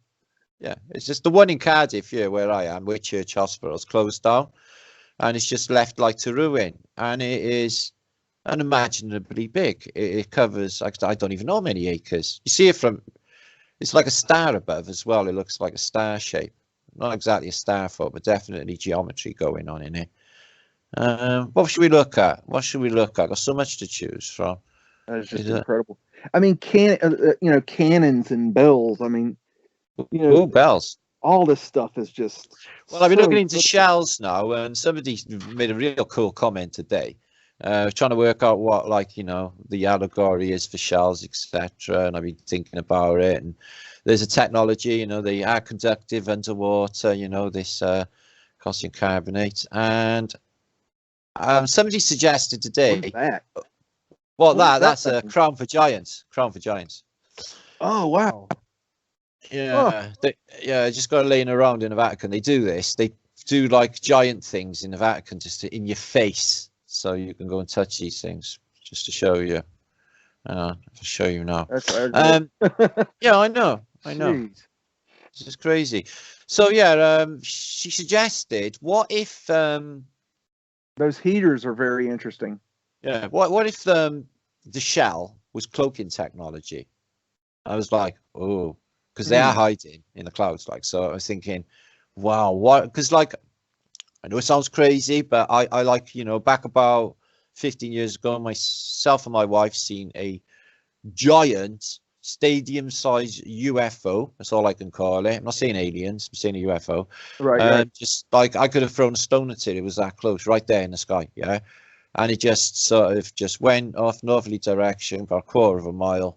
I've had the same experience. And it disappeared in a slit in the sky. So like, I'm like, whoa. I didn't have that. Yeah. It went like that. It's just like a little. It's just like this big massive stadium went in a hole that big. Yeah, it just went into this, and it just like that, like a fanny. Excuse the French. Like, I it was just driving went. in Texas one night Gone. late, and I saw what looked like a UFO, and it was above the clouds, but it was just right above the clouds. And so I pulled off on the side of the road and drove down this country road and got up underneath it. And it was like a light show that was probably 30 feet There was diameter. lights on this. I got no frame of reference for. I mean, I was like, what fucking color was that? You know, as the only reference I had to the one color was like a burnt orange, maybe, but not really. I was like, well, what color is that? Because I haven't got a name for it. It's like just, and I could see lights were every single pure detail. white. And you know, this happened back in the 90s, and I didn't tell anybody 90s. about it. Well, I just ignored it. We didn't. Okay. This is the weirdest thing. I actually read, though, if you have like, you know, a major experience, yeah, that you won't even tell anyone about it, and you won't even recognize it the day after. It'll be put in the back of your mind. And I can honestly say that's what happened. Yep. So instantly, like, even though it was profound and we both seen it, we never discussed it. Nope. And we never thought about it the day after. It was just there lingering in the back of our minds. Like, did this shit go down? Was we just drunk? This is 5 PM, you know? And Yep. and then we were walking to the shops one day, and she just stopped dead in her tracks. Yeah, she turned my stomach. I was like, what's the matter? And I knew exactly what she was going to say. I said, you seen it, didn't you? She said, yeah, I seen it. And we were both just flattened. I get a buzz now thinking about it. And we were both, the way she just stopped, and I just knew she had just come back to her. I thought, yeah, you seen it, you see. So we're like, you know, we didn't talk about it too much. It's just like, well, Matt, there's more going on then. It was like, yeah, love. So, you know, we felt like that we was privy to, you know, what can you say? But we felt like after that, you know, I knew that I was privy to something. And I thought, I'm definitely seeing, like, I'm not sure. I've also seen full body aberrations. I in the 80s, I was in Tennessee, and was in what I now know was an old Tartarian building, and I saw a fully dressed what looked like a Confederate soldier, an officer. Wow. And that wasn't that. I saw it from a distance, and that wasn't too weird, but I followed it across the courtyard because it was about 100 feet away, and it went downstairs. And so I followed it downstairs, and there was a little underground area, which is now what I know is a mud flooded area. Yeah. And so I followed it, and there was a door, and the door was locked. And I was so freaked out. I was like, I got to know what happened. Wow. And I had this thought, Spooky. I bet there's a key. And I reached over on the side of the door, and there was a key hanging on the side of the door. And I put it in the door, opened it up. And when I looked about 150 feet down the hallway, in the middle of the hallway was this aberration again. And so I took off running at it. And when I got down there, it took off into a wall, and there was nothing there. Well, that's mad. Oh, American Civil War ghosts. I looked into them, Gettysburg and everything back in the day. Which is weird because I don't believe in the Civil War anymore. You know, there was people that did go, and regardless of whether or not these Napoleonic battles happened, there was still like something happened, and there was still like millions of people involved in it. You know, yes, so I don't doubt that. But I'm just, you know, all we're saying is the narratives for like these giant battles, like with 500,000 people taking part, like, you know, Antietam or Gettysburg, like it's just the evidence American after. Civil War didn't happen. I really couple of dead bodies, totally over. I don't think the American Civil War happened. I don't. That's something that's always bothered me is why these guys in that time frame would stand there in a straight line facing each other with muskets and fire at each other. It is backwards, isn't it? It's just crazy. Like, what the fuck are they thinking? You know, Stonewall Jackson, the whole narrative. I included Stonewall Jackson in my new book, you know, and a chapter on the American Civil War. And I'm joking. Oh. I talk about basically Stonewall Jackson's life and death in the book. Yeah, the whole narrative for it, you know, how much it just when you read it back, it's like, is this a fairy tale? Yeah, because it is. You've heard the thing about the 40 acres and a mule? No, what in Battle of Gettysburg? You know about you? Okay, when Sherman marched through the Yeah, south down and Savannah. burned Yeah. the cities, right? Yeah. They It's had this. He had orders when he got to I forget what it was, an island. He had orders to give them the slaves that were on the I island know what 40 you're on acres. about. I know what you're on about. You know what I'm on about? Yeah, I can't think of the name of the island. It's off Savannah. Okay, good. Yeah. I can't remember the name of the island either. Yeah. But Yeah. the story goes that what people will tell you today is that the story goes that they were supposed to be given 40 acres and a mule. But the real story is, if you research it, is that they were to give them 40 acres. And when they got there and they started issuing the people of this particular island 40 acres, they had some mules with them in tow, and they decided to give them the mules. Now, Okay. here's the interesting part. The order was rescinded, and they were told not to give out any more 40 acres and no mules.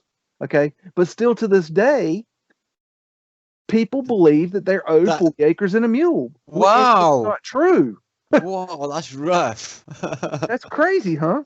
Yeah, everything based on a lie, just like everything else in this place. Yeah, and I hate to say it because it kind of sucks for people, but the truth is it's not true. I'm all right with it. Anything, nothing surprises me anymore. I've just seen so much, I've learned so much, the things, the research that I've done and the stuff that I've discovered is just like, at this stage of the game, I don't think anything would surprise me, honestly, really. And what's happened in the last year or so, where it's going, Neil deGrasse, you just showed that guy. I can't stand Neil him. deGrasse. Oh my God. I hope that comes off this year. I'd be really excited to see if he debates Eric Debate. Yeah, I put that little video up the other day, didn't I? I would be very excited to see if that would come off, because that they can't, don't you? They won't be able to debate us at all. They won't be able to, because what are they going to say when we? They look stupid.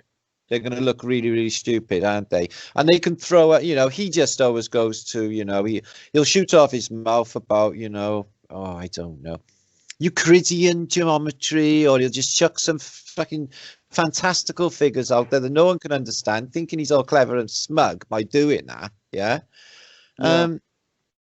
When they're going to hit him up with like, well, can you explain, pressure differential? How come this place is justifying the second law of thermodynamics and about water? He's an actor. Elon Musk is an actor. I mean, where's Elon's car lately? Anybody seen his car?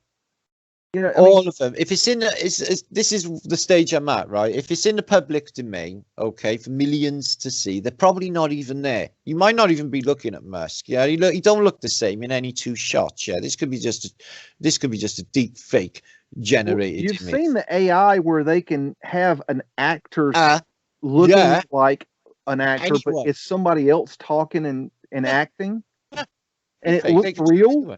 Yeah, they've been doing that a long, long time. This is that technology there of overlaying faces and all of that. I've seen practiced in 1909 in France. This technology is not new. They can do it. They 100% can do it. And if it's like, in pixels on a screen, they literally present absolutely anything, and anyone will buy it and chew it. It's just crazy nonsense. I'm not sure Biden's even alive anymore. I don't see any proof for it. What I am discovering with this entire journey, about the history, flat Earth, and the mud floods, and everything else, is I think for true answers, I think that we should look inside. Is what I think, because I think there's a universe inside us of untapped potential and discovery. What we find out about ourselves and what we can achieve in this place. So all of this, the fake history. The fake geocentrism, evolution, Big Bang, all of that would be stripped completely bare and void and not needed anymore when everyone realizes their true human potential. It will fall through. Have you looked into L.C. King's theory of the electric flat Earth?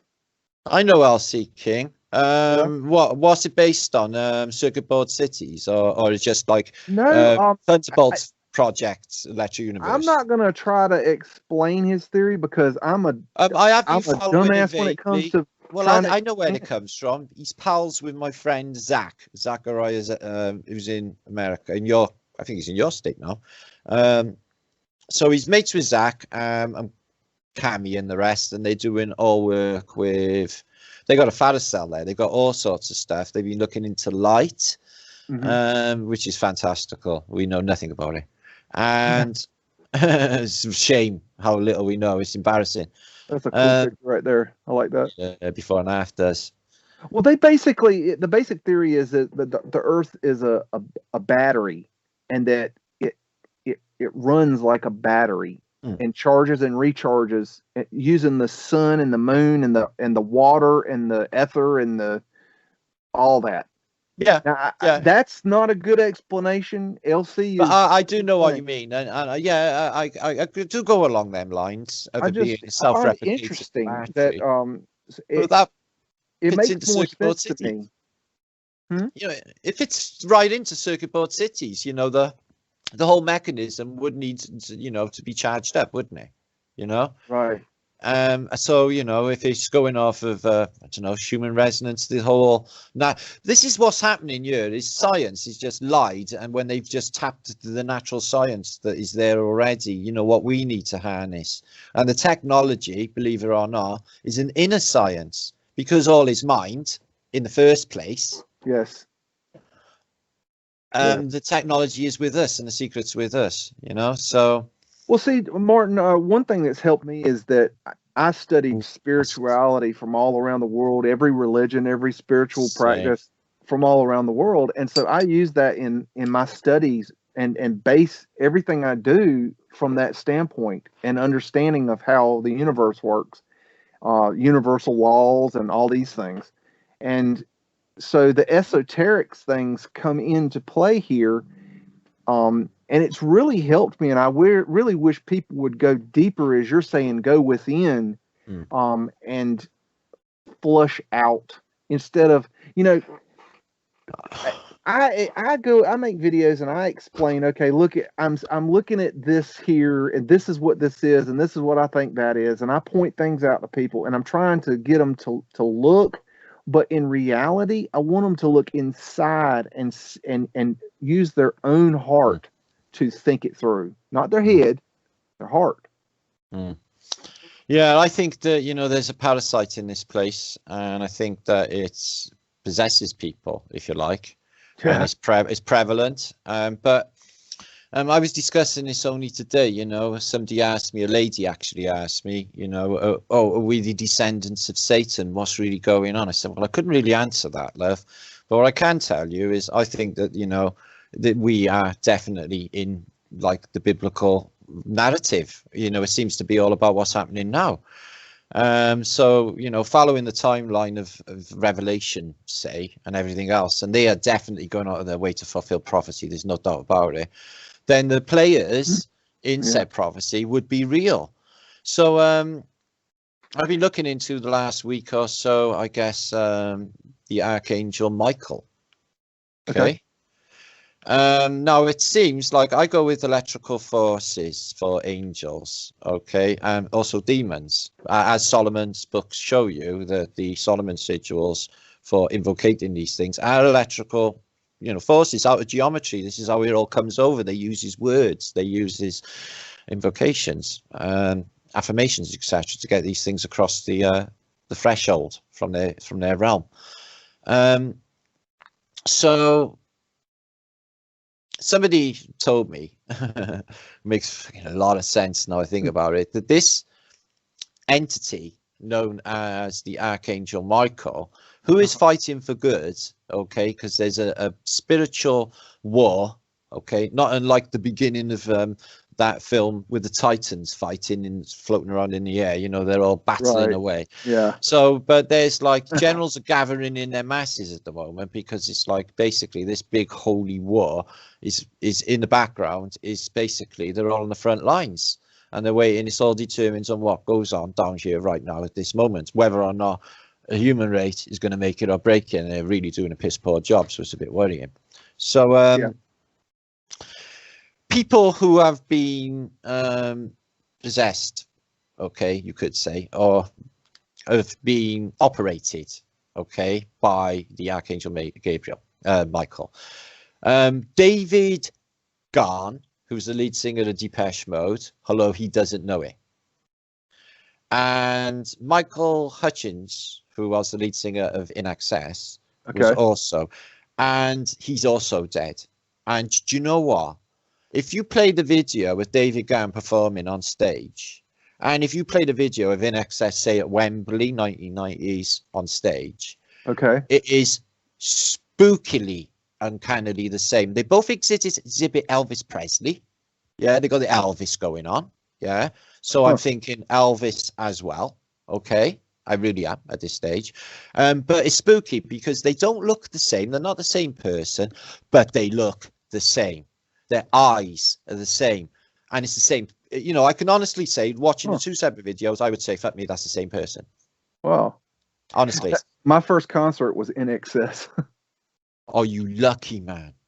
I would have loved to have seen Excess. It was incredible. Oh, I can imagine. How did my ears rang for 2 weeks. I bet it was loud. Man, oh man, awesome. Mystify, I bet was amazing. The harmonica, I bet it ripped through your brain.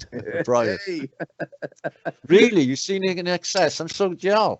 Oh, it was I was in high school. For stadiums. First concert I went. It was for stadiums, they killed it. They was just fantastic on stadiums. Absolutely fantastic. They were phenomenal. They were at the top of their game when I saw them, and they really thought it. Yeah, well, with Kick. Yeah, the Kick album. Kick, yeah.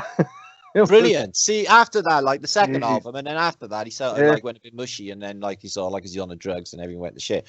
But when he was first killing it, oh my god, yeah. It gives you shivers. It always gives you shivers. You know, it's just like there's not many performers out there that are fantastic in that way. What you do find is them, you know, people like that. They admit, you know, Beyonce says he was one of those guys. He was like a Mick Jagger type, you know. He just exactly Mick Jagger as well. Like, you know, he doesn't look like he honestly looking at him now, right? I seen a video of him recording on a Skype call like 2 months, 3 months ago. He doesn't even look like he can peel a potato. So how he can just sprint around the stage for 3 hours in Glastonbury only 4 years ago is beyond me. He was in his 70s, but he did it, and he sung, and he never got out of breath. No idea. Right, so you know he's singing "Sympathy for the Devil," so you're thinking to yourself, well, yeah, he's like devil's bitch, isn't he? And he's just like, you know, he's kept going by devil magic. But it's not. It's like what's happening is like Beyonce says when she hits the stage, and Venus Williams says the same as well. She says the name of this personality or multiple personalities that is like basically possessing them.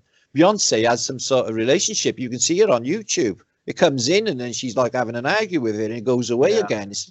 But like, they're not fantastic people. In fact, most of these people are really, really fucking dull. David Bowie, for example, he's really dull when he was going. It's like everything he come out with was like, oh, really? It was just like rhetorical bullshit. Shut up already. Yet on stage, there was this fucking fantasticness going on. And you find it for a lot of people, you know?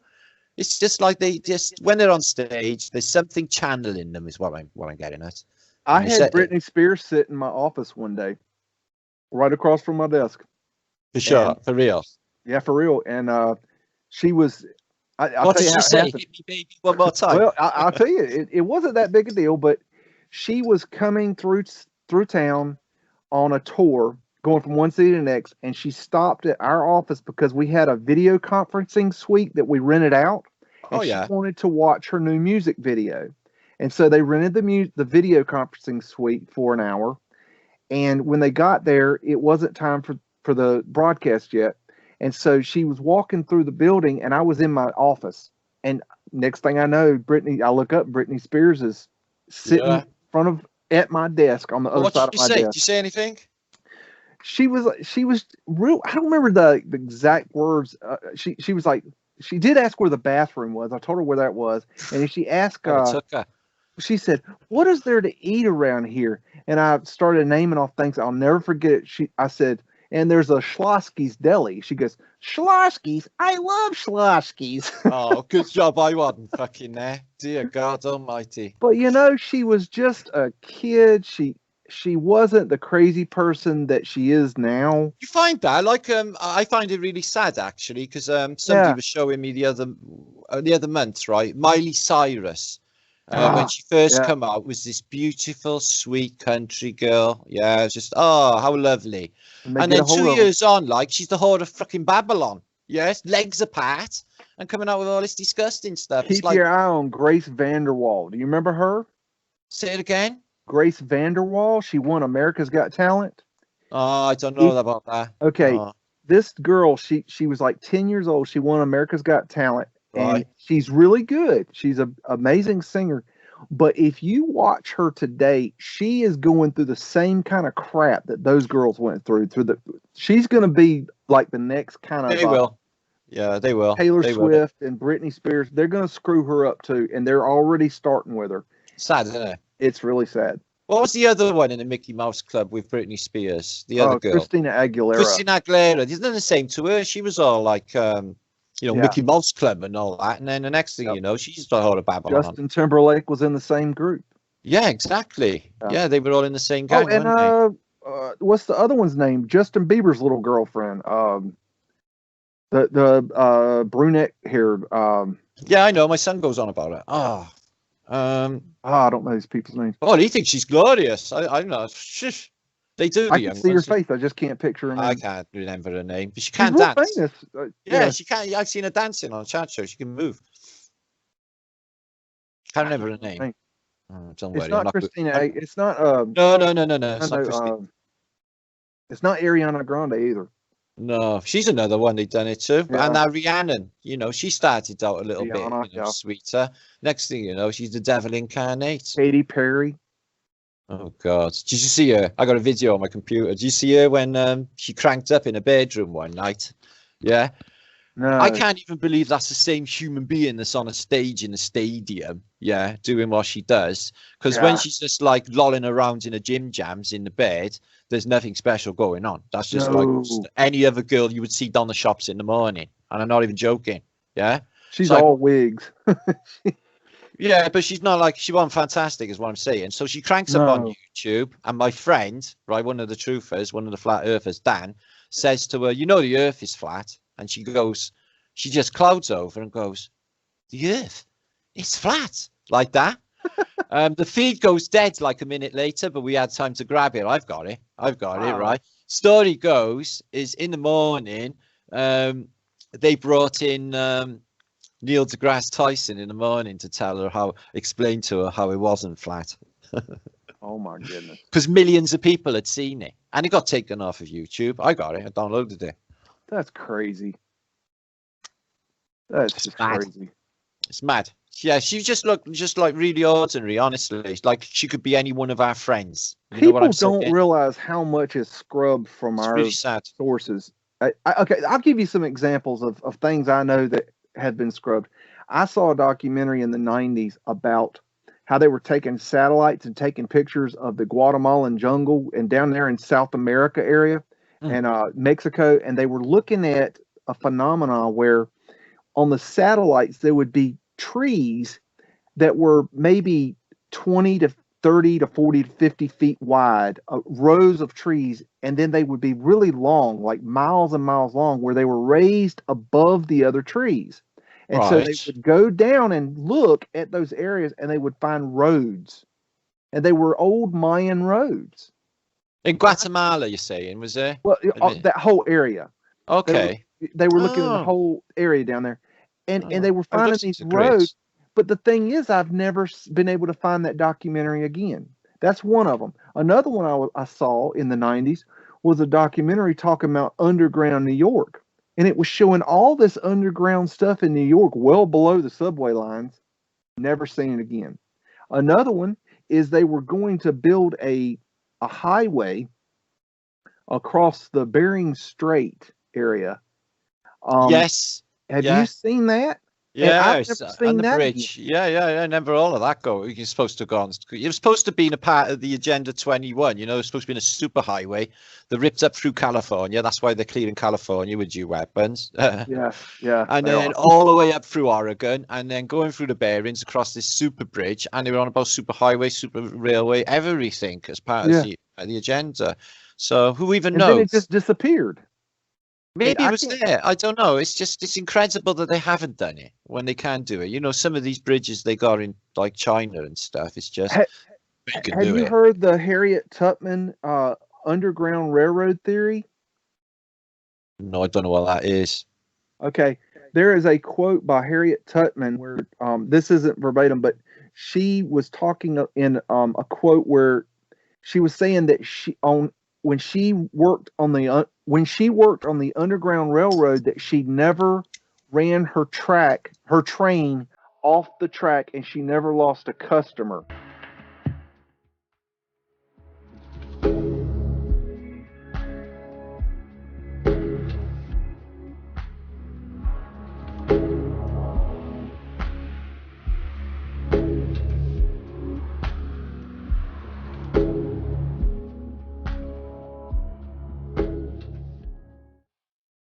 And basically, what the researchers are finding is that there was a third train track in America that went all across America, and it was a tinier track, and there was an All right, I actual know now. underground railroad, Yeah, not I know now. Yeah. not underground tunnels where they would move the slaves, but an actual underground railroad, Yeah, it's supposed to be narrow gauge. I narrow know. gauge track. Yeah. Yeah, I know about that.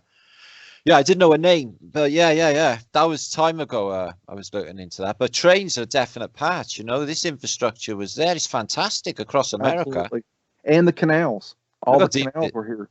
there's an old train track there about that deep under the mud. Look That's great. from where That, it was. damn. Yeah, I got quite a few of them. I think that what they did was they found the train tracks in certain places, and then they put a steam shovel on the train track and just ran down the track and dug the Wow. mud out. That would make so much sense.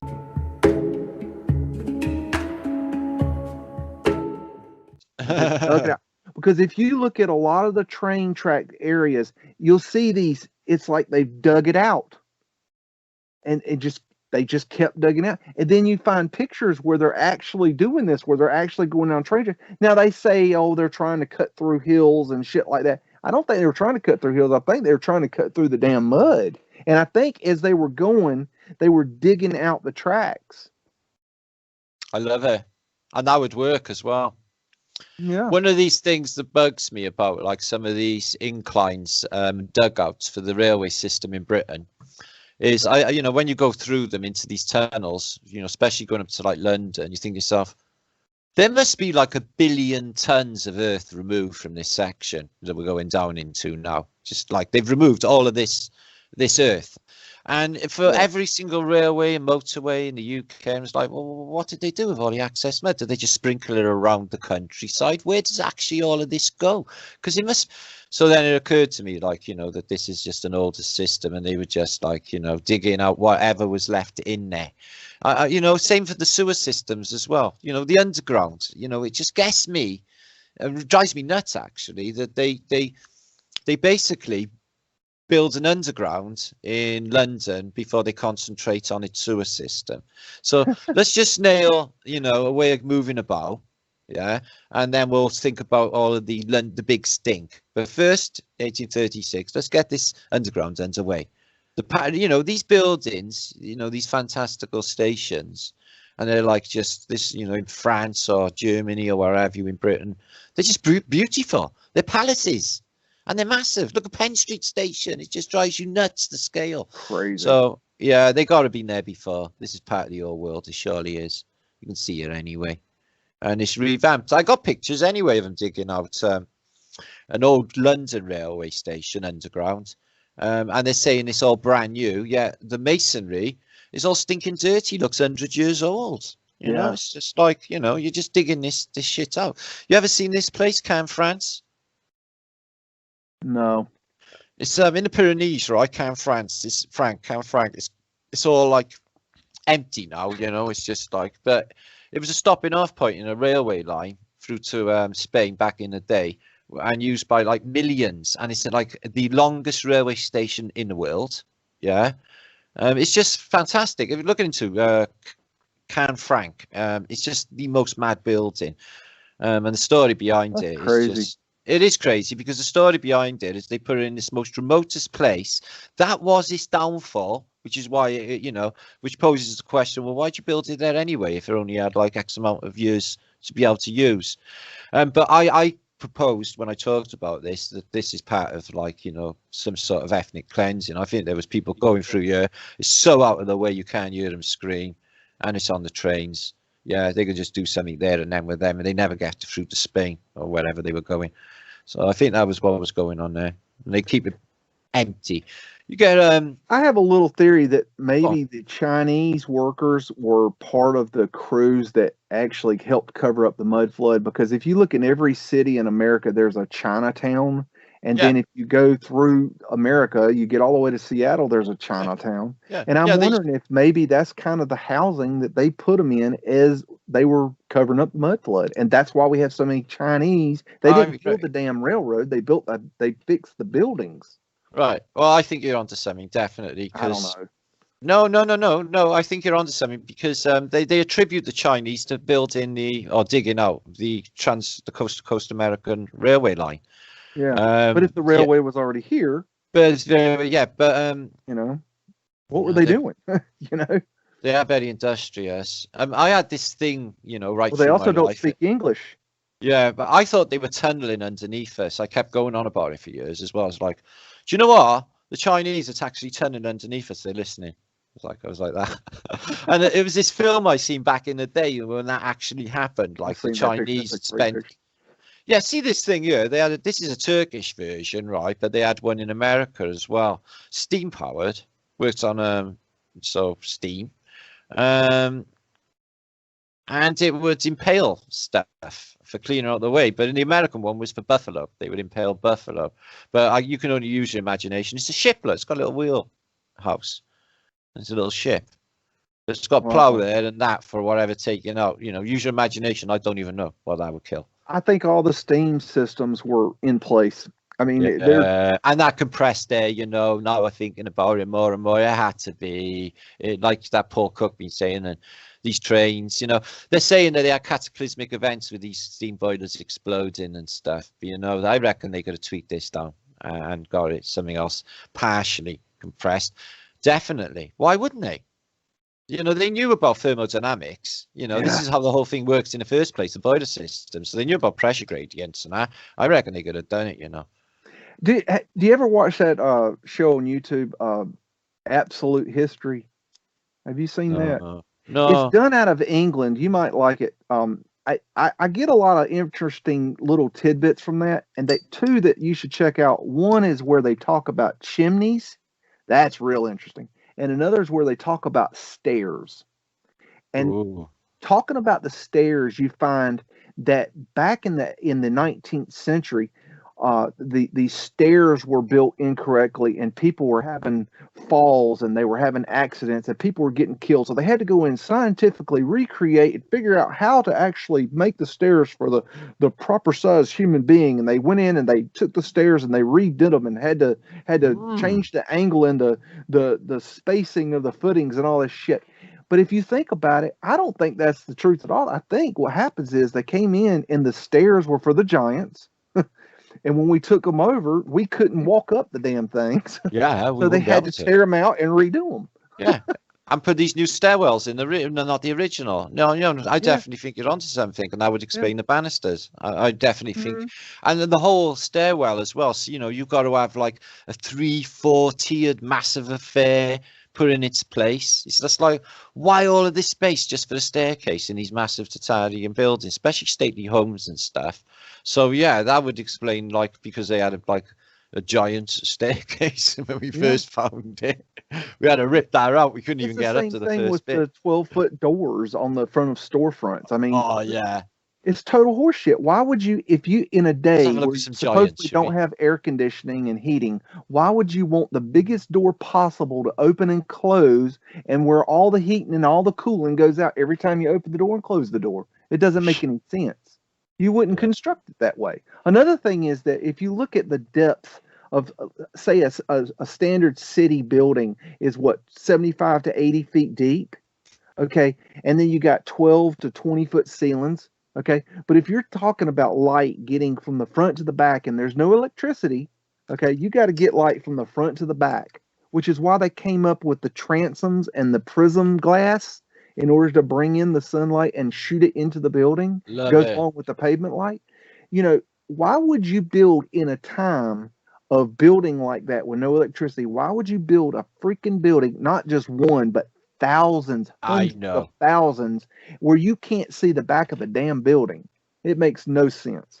No sense at all. None. There's another Giants crown.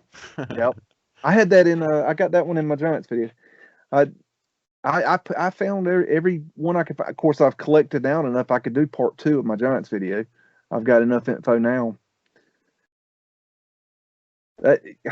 Man, I bet it would have been really cool if they were around.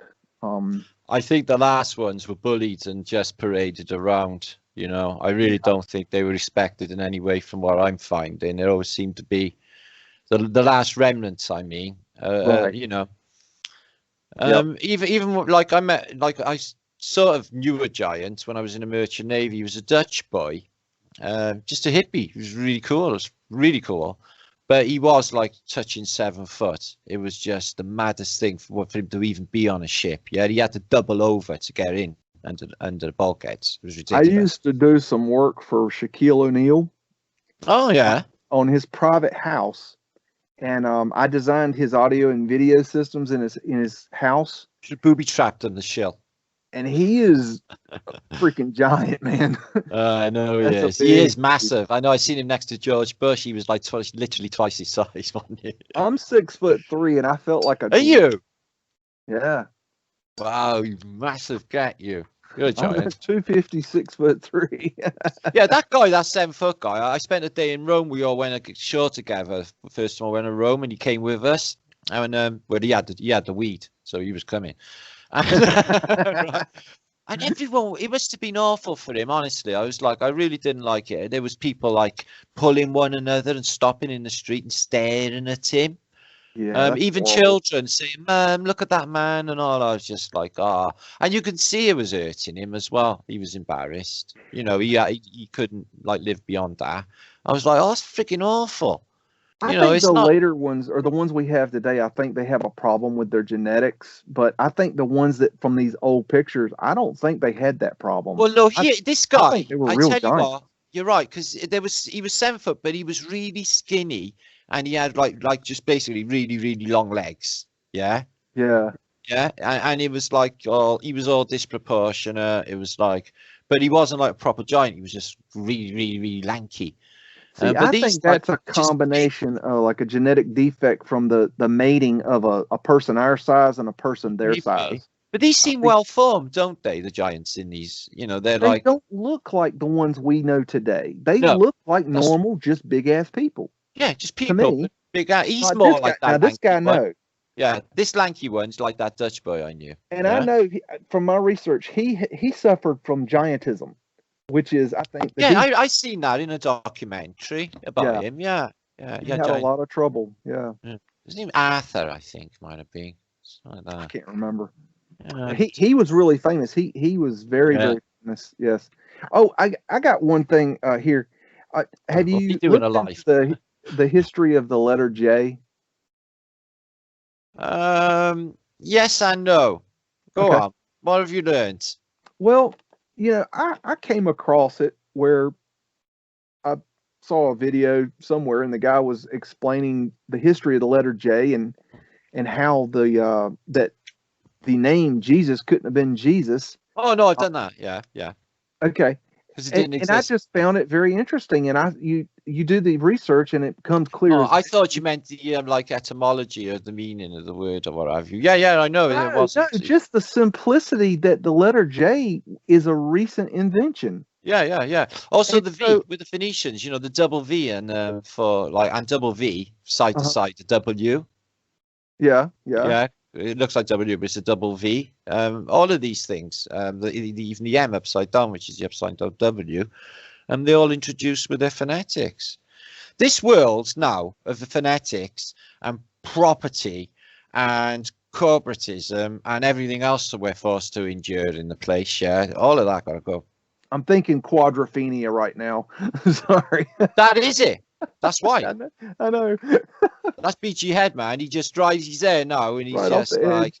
off his head's on black bombers. He's going zzz on his Lambretta or a Vespa. No, he had a Lambretta. But And I he don't goes, know. yeah, no, he had Lambretta. And he goes, Yeah. The Vespas were the ones that had more money. I think I forget the names of them. I had a Vespa, a little pedal and go, a throttle and go thing when I was 16. Oh yeah. Yeah, I was a skinhead, so it wasn't cool. You know, they started having like Vespas and stuff, but in the beginning, you know, it was a mod thing. You know, you just like Mod. Yeah. yeah, but he got adopted by the skinheads, and they took over all the Lambrettas and that. Well, the guy in Quadrophenia, was he a mod? I can't remember. Yeah, it was all mods. There was rockers mod. too, right? Yeah, it was like I used to do all of that, right? I used to go to like seaside resorts on a Sunday. We used to take 1,000 skinheads on a train. We used to have a special. I ain't even joking. We used to go like Western Supermare. I didn't go to Brighton, but I did go to other resorts. Brighton, Right. Bournemouth. So like you get off the train and there's like 2,000 skinheads, yeah, all marching, you know. We are the skins, we are skins, we are. And then we are the mods, and it'd be thousands of them. So we'd like just run at one another and just have an almighty massive fight. They used to get fucked up every single time, yeah. Because it was always the difference was is skinheads back in the day, yeah. They were always street boys. They were boys from suburbs and inner city boys, street boys, yeah. Right. And the difference between the mods was they was all middle class, looked after, silver spoon born in their mouths, yeah. Right. And we're like just basically posh boys. So like they never had no bollocks because they haven't lived it hard. Had the clothes and the scooters and they had the clothes, the scooters, and they was like rubbing out everyone's faces in it because they was like rich in it. They was the rich boys. But yeah. So like the flip side of that is, you know, they're shitless. They just get back. Yeah. So they did with a the lot of rockers quaaludes too, right? Didn't they? Yeah. With the rockers, we was fine with the rockers. The skins and the rockers was mates. Because the thing is, all the skinheads was listening to AC/DC and Black Sabbath and everything at night, you know. I was Pink Floyd and everything else. Ignorance, a skinhead that you're talking about is not the same as like an American skinhead, the neo-Nazi type skinhead, correct? Well, you could interpret it as that, although I was not in the neo-Nazi type of thing, obviously, because take a look at me. Yeah? It seems like I ain't exactly like that was an. I'll explain to you now. I'll explain to you now, right? Well, okay. When we were first into it, right, it was two-tone. It was Madness, the specials, the beat, because it was all based on like old Jamaican reggae, because that sort of sound really resonated with us, yeah. So that was it. For me, it was all Trojan Explosion. It was all about, you know, ska. I used to love ska. So that was the thing with the skinhead thing for most of my friends. Yeah. Then the government come in with a few of their groups, you know, like Screwdriver and other people like that, which were extreme neo-Nazis. They get the narrative for skinheads. Everyone's pointing at skinheads then, that like they're all like Nazis, which is absolutely rubbish. Yeah, right. You know, it was just no. I my mates and my gang wouldn't even dream of thinking like that. Yeah, because that's just totally retarded, and we were smart. Got hijacked. It got hijacked, like the hippie movement and stuff. So like got a really bad name and stuff. But honestly, it was all brothers united until like, I think over here though it was different. I think it was just then listen, you know, in Britain we're wise, yeah, and we can, you know, them neo-Nazi guys that you see in America. Everyone knows they're just fags, yeah, they're just pure repressed fags playing out, yeah, and that's the thing with them. They got big problems. Yeah. Yeah, and it's just transparent, that's like the British culture, okay, was based on like misogynistic pigs, getting you in a beer house, getting you filled up as a drink. This unsociableness towards females was prevalent in British society.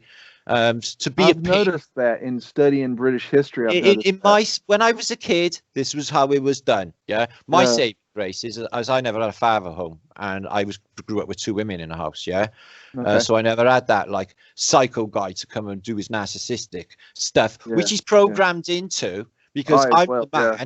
I'm the man. So it was all based on bullshit patriarchy system. See, so it's like it cuts out the feminine, it cuts out the essentials of what we need to thrive in this place. Mother Nature, the holy feminine, if you want to call it that. Right. So so that's been a big part of this culture. Full stop. Is taking the woman out, and like, but we're British culture. So it was all based on darts and snooging and drinking and football and fighting and violence. And they segregated everyone out into different musical movements. In the 80s, we had the new romantics, we had the skinheads, we had the punks, we had the mods, we had the rockers. Everyone had their own style. Some groups got on pretty much all right I've together. always been a big fan of the Sex Pistols, and I mean, they were the second album I ever owned. I was terrible. I was a proper brainwashed skinhead. If I seen a mod, I had to automatically go up and lay into him. This is the mentality that I had. It's like you can't let that fucker go alive. Yeah. Sort of thing. But that was a society. Like I tried to explain to people how really violent the 1980s, late 70s, and just how violent society was. In Saturdays, the idea of British. This was a fantastic night out, right? So you go to the football in the afternoon. You have a massive fight with the neighbouring fans. Yeah, covered in blood. You never got arrested. You got away with it. You did get bit by a dog. But that's all right, because we went out the club late. Got paralytic drunk. All right, I came home with vomit all down me, love bites all over my neck. I haven't got a clue where they come from, but I tell you what, it was awesome. I had a fantastic time. British society. Yeah, that's a complete Friday night. You did the whole thing, but yeah, looking back on how retarded it all was and all social engineered, I didn't realize to what extent, back then to how they molded people. But it was all division, And I held a party one time that I held a party one time that they counted 10,000 people and they had 82 cops show up, and at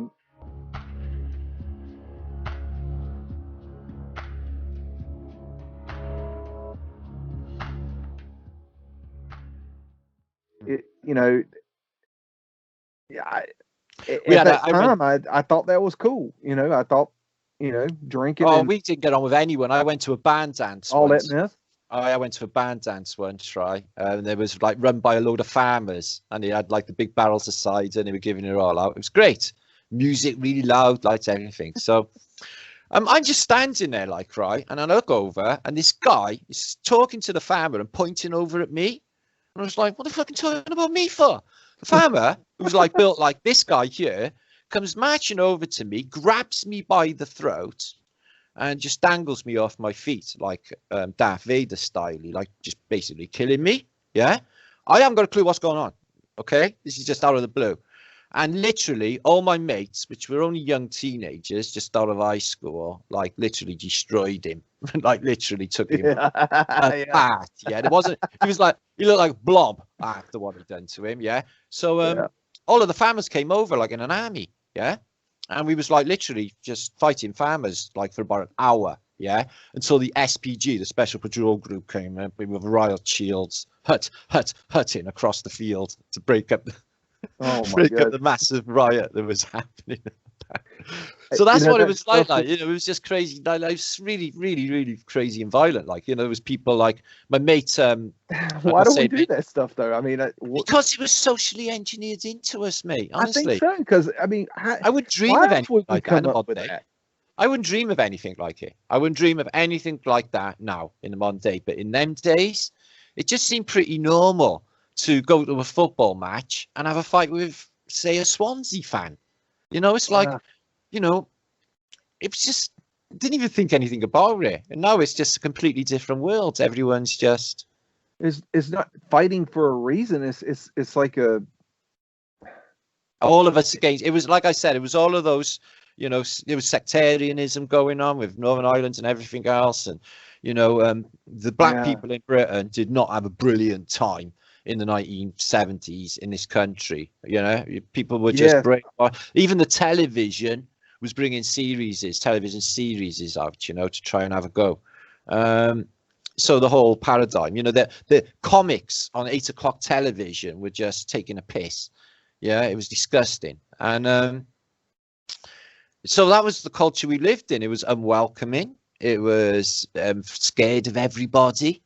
Yeah. So it was foreigners. It was anything that's not British. They're that bad. It was just proper Nazis. All I can say for this country. So I didn't associate anyway, because I grew up as an Estonian. You know, my father was Estonian. I grew up around Estonian children. Went to Estonian camp every year. So like, you know, it was like, oh yeah, I get it. I'm Welsh. I'm British, but I really, you know, I don't. You know, I got another thing going on. If you got a you know, because people got their national pride, haven't they? I bet you love being an American, like I love being Welsh. Yeah. Well, so I did. I do. Until I woke up. Well, it's not the country, it's not the government, brother. Yeah, that's the thing. We're blaming, like, you know, like I say Wales colloquially, like, because the Wales government I can't stand. Yeah, but the Welsh people, they're beautiful. Oh yeah, it was like the American people are all like, you know, coming in, you know, and they're like wicked hosts. They're like the Welsh, you know, and they're lovely, you know, people. That's indicative of America welcoming lovely people. But the way that the outside perspective is they tell us a different story. In 6 years of having American friends, I can say all that's just been programming. I was taught my whole life that Russians were the enemy. Brother, same year. I really horseshit. Man, they're just cool. They're just really nice, cool, funny people. I know. They're freaking great.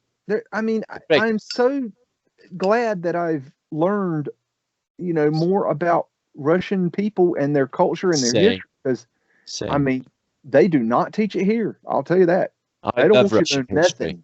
The only thing they want you to know is that they have nuclear bombs and they're going to drop them on you, and they're the threat.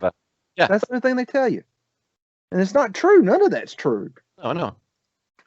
Well, I grew up like my father was in the war, in the Mannerheim front in Finland, for about nearly 4 years, fighting the Russians in what was called the Battle of Fire and Ice. So when I grew up, if I was like at my father's ship, which was quite a bit at the time, he was like, if there was a Russian ship like docked behind him, he just swore past him and he'd say, "Sink, you bastard." Well, he never swore, but he would like curse the ship. Like he you know, he'd seen terrible things in the war and atrocities, but again, through conditioning, and they've done a lot of things under orders. There's terrible things happened in the war, no doubt about it. So like I was listening to him, you know, and thinking, oh, do they really like it? Because I had the same thing going on with people going on about Jews when I was a kid. It was like, really? Well, what's the thing about them? Like, you know, they look all right to me. What's going on? So I went out with a girl. I went out with a Jewish girl when I was about 15. She was absolutely lush. Yeah. So that put that to bed for the rest of my life. It's like, I've been out with a Jewish girl. Yeah. Yeah, it's just like, it's the government. It's like, we're not like, it's Netanyahu, and it's his cabal. That's the problem. You know, they're just like people, aren't they? I can verify that. People are people. I mean, and you know what? They're different. Not to say they're not different. You know, every culture has a lot of different things. You know, one day you were on live, and I don't know if you remember this, but you started talking about bacon. Okay, and thinking about that yesterday. I live a very simple life. I live off grid, and I can't afford bacon. Okay, but I like bacon. But you say you don't like bacon. Not anymore. And you were making me crack up about that bacon. And the more I pushed you on it, the more you got aggravated about it. And I was there just dying laughing. I remember. Because it's just funny to watch the different culture, you know. See, here in America, they put bacon on everything. Look, my friend told me the other night he was a guest in Germany and he was a vegetarian. Yeah. And he's like, they came out and they got like, he said they had about nine different meats. Like, they're gonna eat all this, and the guy was like, "You don't eat meat? How do you live?" Yeah. So just couldn't get it in his head like that. This guy's like not eating meat. But with the bacon, I tell you what triggered me off, and I was thinking about it yesterday. I watched this video about 2 years ago with a doctor. He's got a YouTube channel. Excuse me, I'm so thirsty. I was keeping pigs in the garden, and he showed you how disgusting they were with their diets, and he just chucked in a manky fish, and he showed you, look, these don't think about what they're eating, they're just eating it on automatic. I could feed that dog shit and he would eat it, and then all that's going into it, and you're going to eat that, you know? Someone's like, oh, and I got to think about it then. I thought, actually, that is disgusting. And I heard another tale as well about how they conduct themselves, and they are really horrible creatures. They are not nice, what people say. They're not. No, not in the sty. They are disgusting creatures to one another. Although I have could be a magic guy spell that lives behind me, and he had pigs at one time, about 20 of them, and I would go down there, walk around in the pen and pet them, and they'd roll over and let you pet their belly. And yeah, I heard all of this as well, and they're lovely. But I've heard like but I right, had a friend who was disgusting animals. I can't even tell you, they're gang rapers is what they are. They're not nice at all. Oh, they'll kill you. You don't mess with them. Yeah, I heard. I was under the impression, I have mentioned it, I was thinking like they would be like they were a type of human being that had a magic spell put on them, because when you look at them, you know, their eyes look really human, but yeah, there's nothing at home. Yeah, there's no intelligence there as such. Reminds me of Animal Farm, George Orwell. Yeah, exactly. And they taste supposed to be the most similar to human, isn't it? Yeah. And then you've got certain religions like you know, Judaism wouldn't even entertain it, or you know, they're like, whoa, this stuff's just revolting, disgusting. I got to think, wow, you nailed it with the masks and the blood transfusions. I wonder what else you got right. I believe Jews and Muslims won't eat pork.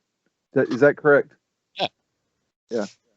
They want to entertain it, but the thing is, they'll have a vaccine that's got pork extract in it. Not that they tell them this, which is a bit of a thing, isn't it? It's like force feeding them pork, really.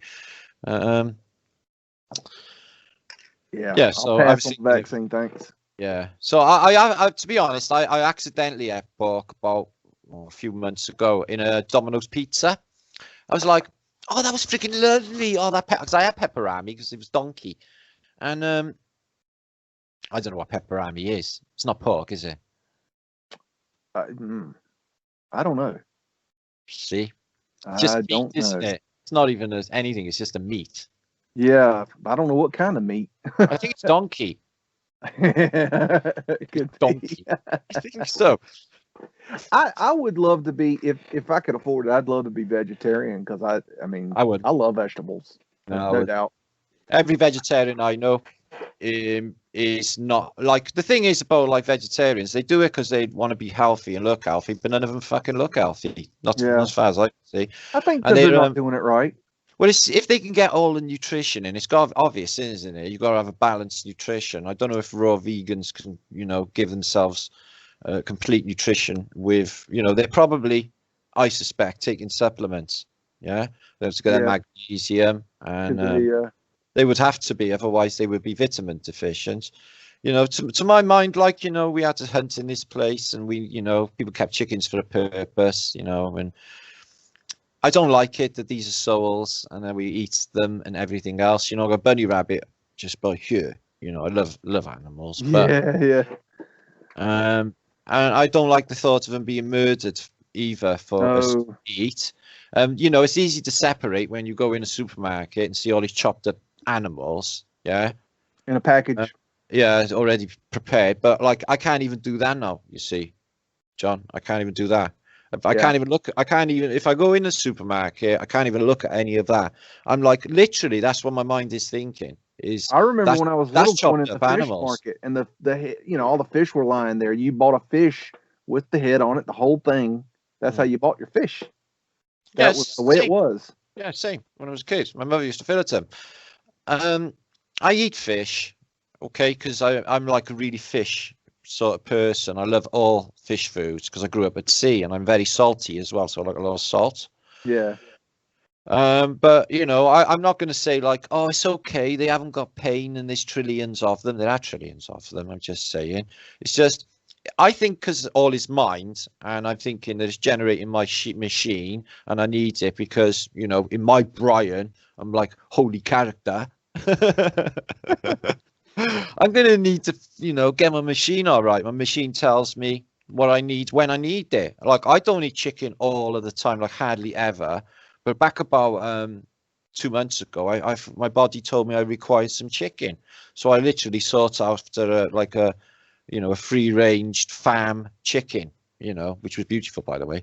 Yeah. And cooked it all properly because something, you know, and whatever it was, I did feel fine afterwards. I think it was, you know, people start losing hair if they don't have this chicken. Because my friends of mine, Steve, he went vegetarian, and he started to lose hair, and his skin went terrible, all blotchy. And he's like, oh, I can't keep this up. He said, I can't keep this up. Get the bacon butties on, and I'm having chicken sandwiches and all of this. Got straight back into it. Literally, like a week later, he's got oily skin again, and he's looking. It's like, well, that quick. He's like, yeah, it's like the chicken done it. So we know what happened there then. Nutrition again. Just, Your body will tell you. You know, I wouldn't. You know, there's loads of ideas going around that, you know, because the elites say let them eat grass, and the vegans are literally doing that. And, you know, they're keeping all the good stuff for themselves. No, I wouldn't go with that. You know, I don't like necessarily eating meat, but the fact still remains that this paradigm requires this machine to keep going. And if it says that it needs a fish, then it's going to eat one, and I ain't going to feel bad about it at all. Yeah. Everything in moderation. No, I do thank it though. You know, I sort of like I had my friend the other day, and I was like, oh, if I got to eat it, you know, and I'm like, well, thanks for talking. and trying to put some feeling into it, and not just say it just cause. You know what I mean? It's like, you know, say like you mean it, Matt. It's like, I'm sorry, but in my mind, not out loud. Yeah, but like, I was just playing with you about that bacon, because the more I played with you, the more you got upset. It was just cracking me up. I was just having a little fun with you. I grew up with the smell of bacon. You know, my mother used to do bacon, and I grew up on the ships. The smell of bacon was the first thing you smelled every day, and I loved it with coffee. The smell of bacon. See, this happens again. I just mentally had it.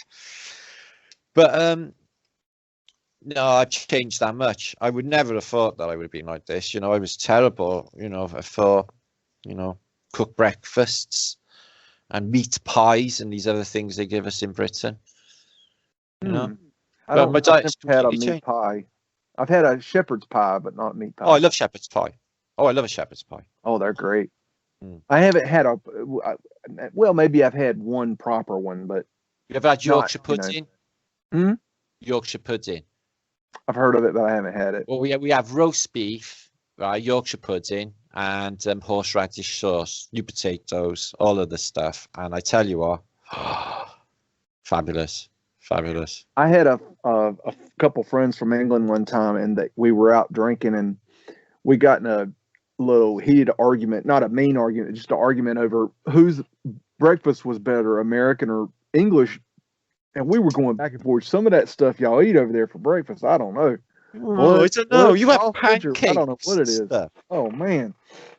You have pancakes, and you have what are them potato things you have called? Hash browns. Hash browns. We have them now. But I mean, back in the day, it was like, what the fuck? I thought, is there ganja in this? What are they on about? Hash browns? Yeah. Do y'all have grits? No, I do know what they are. They something to do with squirrels' bollocks, aren't they? Fried squirrels' bollocks, are they? No, really. Otters. No. No? They're not otters' bollocks. No. Gazelle's nipples. Oh, grits, man. It's a southern thing, man. You got to have your grits. Oh, don't tell me they're possums. No. Oh, they better not be possums. Possums are cute, man. Yeah, and they better not be prairie dogs either. Yeah. No, they're corn. They're dried, crushed, ground corn with squirrel. No, with butter and bacon if you want. Sometimes with shrimp. So what do they eat in America with squirrel? Like? Squirrel.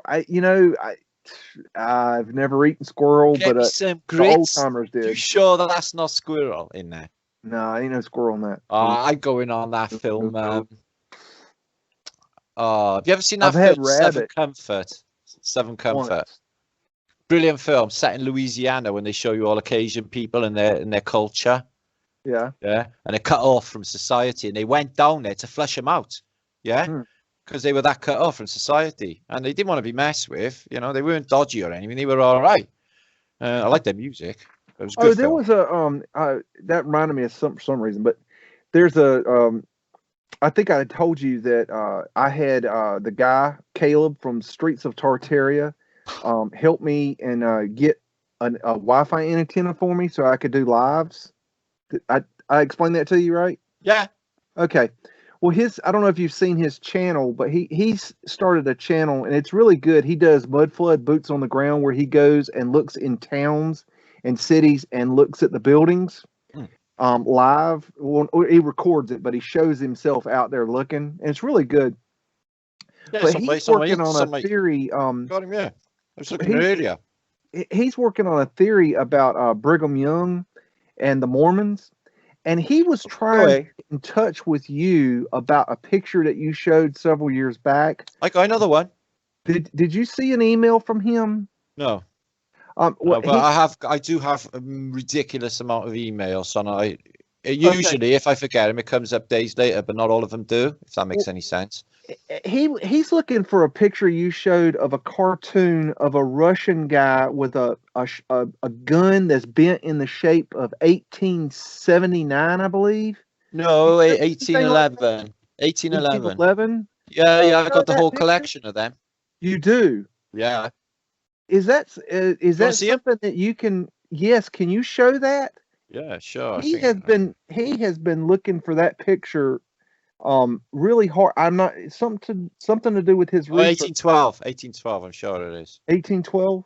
I'll show you now. I don't remember the picture, and I didn't know how to help him. Yeah, they are.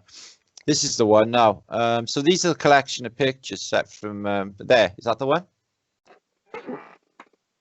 I remember he said it was a gun. That looks and it's like the gun. His force in 1812 down his throat. The year. Okay. Yeah. Yeah. Wow. Huh. There's a lot of clues in these pictures. These like literally reset pictures. It's like they show you, these running away from some sort of what looks like a holographic army in the snow, cowering. These Tartarian types there as well. Are these? Is that Russian? What this is Napoleon's army, on the way to the Battle of Borodina back in 1812. So they followed a comet, Napoleon's comet, which is the same comet that's triggered off New Madrid in America, like broke into two. Same comet, mind, and then there's like the worst snow ever, and like 500,000 Frenchmen die on the way there. So it's all folly. But they had all of these things happening, like, big shadowy armies they witnessed over the camp and stuff when they're all like starving. And so there was a lot of like weird sort of technical stuff going on, if you ask me. I think it was holographics. Let me show you this as well. So like everyone desperate to get away from this army, this horde, and they're going up a candle. Well, the candle is light, isn't it? It's the light giver. And then you get the top. And you get like London, Constantinople, Rome, Paris, all in New York, all in the glow of Lucifer's flame. Wow, I've never seen these pictures. That's crazy. You can have them, brother. I'll send them over. Yes, I'd like to see those. UAP, I sent them to about 2 years ago. He had them. This is brilliant. When you can mag up on this, a bit better when you get it. Like, it's not good on Google Images, but like literally, if you see inside the web here, it's like every aspect. Writing. Yeah, it is. It's every aspect of our society in there. It's like a lot of it is decipherable. Like moderation, you see, in there, moderation. Yeah. So there's so philanthropy there. So they're all aspects of I guess that society in the net. Like the net of the day, the internet. So this is the biggest wham of all. Yeah. The year 1812 is a jack in the box. It's a joke. And he's Wow. like, he said, yeah. So they're shoving a year down someone's throat. There's a reset happening. Yeah. Calendar change, comet, we're summer, we're summer, summer without, summer without winter in the summer. This happening. And look, he's just like, it's a joke. It's a joke. The year's not even there, if you ask me. That's wild. So they show you they have in 1812 balloons with troops on board, but we knew this already. Americans. Not sure what's happening with the face though. So yeah, it's just all the Russian, like look at this. He's so small brained. He's looking through the telescope the wrong way round. It's like looking towards Europe. He's like, Europe is so very far away. He's like, turn that round. That's so weird. Yeah. Yeah, there's clues to they got these like demonic characters in the background, the players, the fat capitalists, and the way they divvy up humanity at the end of a reset, whoever's left, but they're doing it here. So they'll probably play a game of cards for, this will probably be maybe the I don't know, Albanians, just anybody, it's a sect of society. They'll play games, card games. They'll probably be killed later. They're probably doing that. And here's the Russian Orthodox, and what are they putting into a boiling pot? Okay. Is all of history. Huh. So yeah, art, rhetoric, chivalry, trait of chivalry, evangely, imitation of something there. That's crazy. Another treaty, and they're just putting in a big cauldron. Like literally, they're to me, it's like they're rewriting history. And it's coming out their way, isn't it? Because they're cooking the books. That's amazing. Yeah. So whatever happened there was so bad that it's like, get me out of there, back home to Europe as quick as I can. And what we're looking at here is not Napoleon's army. I mean, everybody. The people going into Russia, however, they're crying. They're crying their eyes out. It's just, what? It must have been just proper apocalypse. 1812 was when Napoleon arrives in Moscow. Okay, Moscow's in flames, but the population's not there. They've gone east apparently, and apparently they left a token force of Germans, or Prussians at the time, to set fires to some of the properties, but not really. So none of the important stuff was like burnt. And Napoleon's sitting there and it's like, well, there's no point me staying here with all these empty buildings. I've got nothing to rule. I'm going to have to march what's left of my army thousands of miles all the way back to France. Oh, shit. Again, makes no sense to me. Yeah? No. Apart from they outstretched their supplies by far, because, even with Hitler, did exactly the same maneuver, yeah, and when he went into Russia in 1944 or 1940s. Exactly the same maneuver, right? But he had trains to keep him as far as he could go with occupied territory to keep the supply line going. Napoleon didn't have trains. He's supposed to keep the supply line running for going on to 1 million men. Yeah, from what? What, just loads of camels coming up later with all these supplies? It doesn't really, and in the worst winter of history, loses 500,000 men. To me, I don't even think this is happening. That reminds me of the American Civil War where George Washington's men didn't have shoes for their damn feet and their feet are freezing. And I'm thinking, what fool is going to be eating? They ate deer corn. If you know what deer corn is, it's a really large, horrible tasting corn. And they would have deer corn. They would eat a few pieces of deer corn and they had no shoes for their feet in the middle of winter. And you think about that. That's just insanity to think that's even true. What fool is going to stand and fight with no shoes on in the snow? Nobody's going to do that. It's ridiculous. It's ridiculous. The narratives, when you think about them, is like really, like you said, with the two, standing hundreds of yards and firing muskets at one another. Yeah. So what's the chance in living? Hoping the guy in front of you, who's like right by there, is going to miss. Is your only chance. It would be hard enough to believe if they like crouched down and tried to hide, but to say that if you know the history, you know that they didn't just fire at each other. One side fired, and then the other side fired. Yeah, in volleys. One side fired, and the other side fired. And then somebody comes up from behind to fill in the gap on the front line. It's insane to believe it. It didn't happen. It didn't happen. Didn't happen. It's just ridiculous notion anyway. It didn't. It couldn't have. I mean, it's just, and I know that now, and you know that, and we need to, and we're trying to tell people it's Well, the temperature went right down. I haven't heard you speak of it, but have you talked about the Bloomberg hit piece yet? No, I haven't mentioned it. I read it when somebody linked it up to me. Mm-hmm. I think it was probably the day it came out, or last week sometime. Yeah. And I read it and I thought, oh, fucking hell. Well, I tell you what I thought. I thought, well, they've done a piss poor job at that. If they're trying to grab the narrative, yeah, they should do some research first. This will never hold up. And they zero. Nothing. It's just stupid.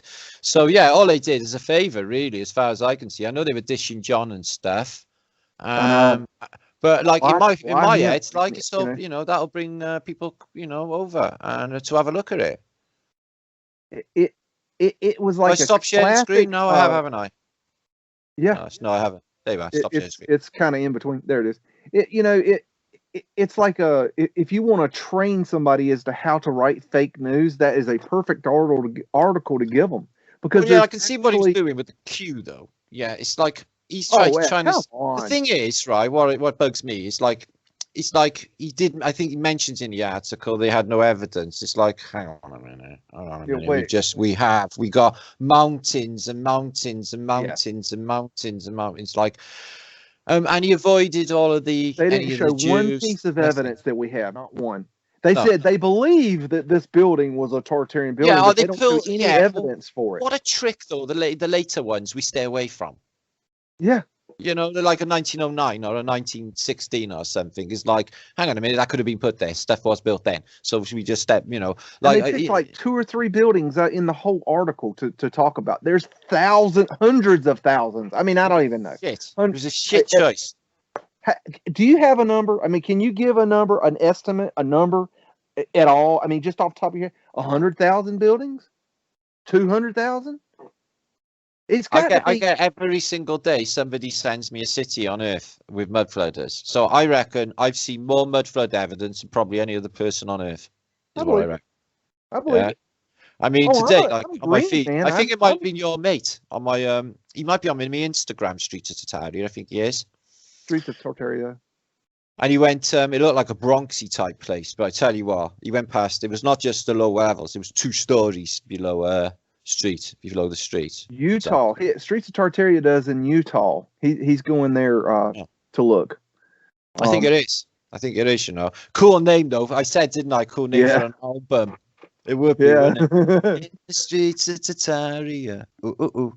No, I gotta have to check him out. I will definitely check him out. Is that it? Oh no, Tartarian tour. Is that the dude there? No. No.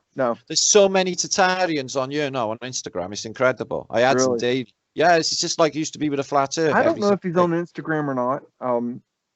I can't. Now I have. I don't know if you know this, but I have what I call the Mud Flood Club, and I have it on MeWe. Don't know what that is. It's never format, is there? On my pages, on all my videos, there's a link to my Mud Flood Club, and that's my social media page. That's where I hang out. If you ever need to, that's where I have everybody sending me pictures and all that stuff, videos and whatever. And I link up anytime you put out a video, I put a link to it on there. Oh wow, thanks. It's all on there. I wasn't aware. Cool. It's I call it the Mud Flood Club. So. There's on Facebook. There's like all these Tartarian sites come up now. Like Australia Mud Flood is fantastic. Have you seen that one? Yeah, I stay off Facebook. I don't support the Zuck. I don't support the Zuck, but I use it. Yeah, for ends to a means. It's like thousands of people see me on there, and I got the same for Instagram. And like, I'm not really at this stage. It's like because it's like a war. I'll just use it and squeeze it as much as I possibly can. I know the score. I know it's a whole different ball game, man. I'm just a little fella trying to. I got no choice in the matter. Something, you know. Well, I guess away with a lot. I stamp all over the place, don't I? Regularly on all formats, and I just like I'll go around picking up the pieces of my mouth along the way.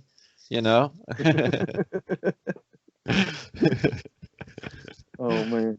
Getting it all back together again. But yeah, so I've just been getting it ready for tomorrow. A little thing. I'll probably do it on my other channel. I want to talk about my new book. See, it came out this week. Yeah. Although I'll wait for the physical copy before I actually do anything like celebratory, which will be next week or two. But you can read it. You can read the beginning. You Yeah. see what you know. It's basically if you go on a Kindle, Amazon Kindle, Okay. came out Tuesday. The Holy Grail of the Great Reset, which is no other book got that name. I think I might have killed it. You know, it will tell you all the content. It'll tell you all the content. It's everything. It's the first mud flood book that explains mud flood, Tartaria. As far as I know, there's been books about expositions and stuff.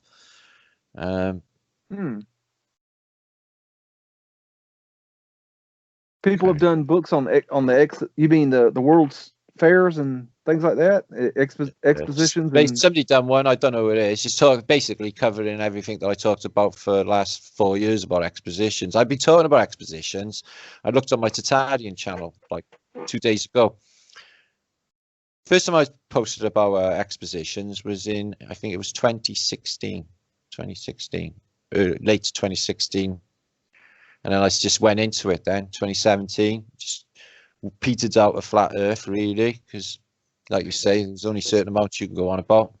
You know, when I'm doing my research on Raleigh, North Carolina, and I didn't know that we had an exhibition in Raleigh, and we did, and I didn't know that we had a trolley park in Raleigh. Convention thing there, one of the biggest, haven't you, in Raleigh? It's like a convention. It was big. But I'm talking about an old time, like in the 1800s, they had an exhibition, and they destroyed the grounds. And then also I found out that they had a trolley park in Raleigh that I'd never heard of. And then come to find out we had 2 trolley parks. Trolleys.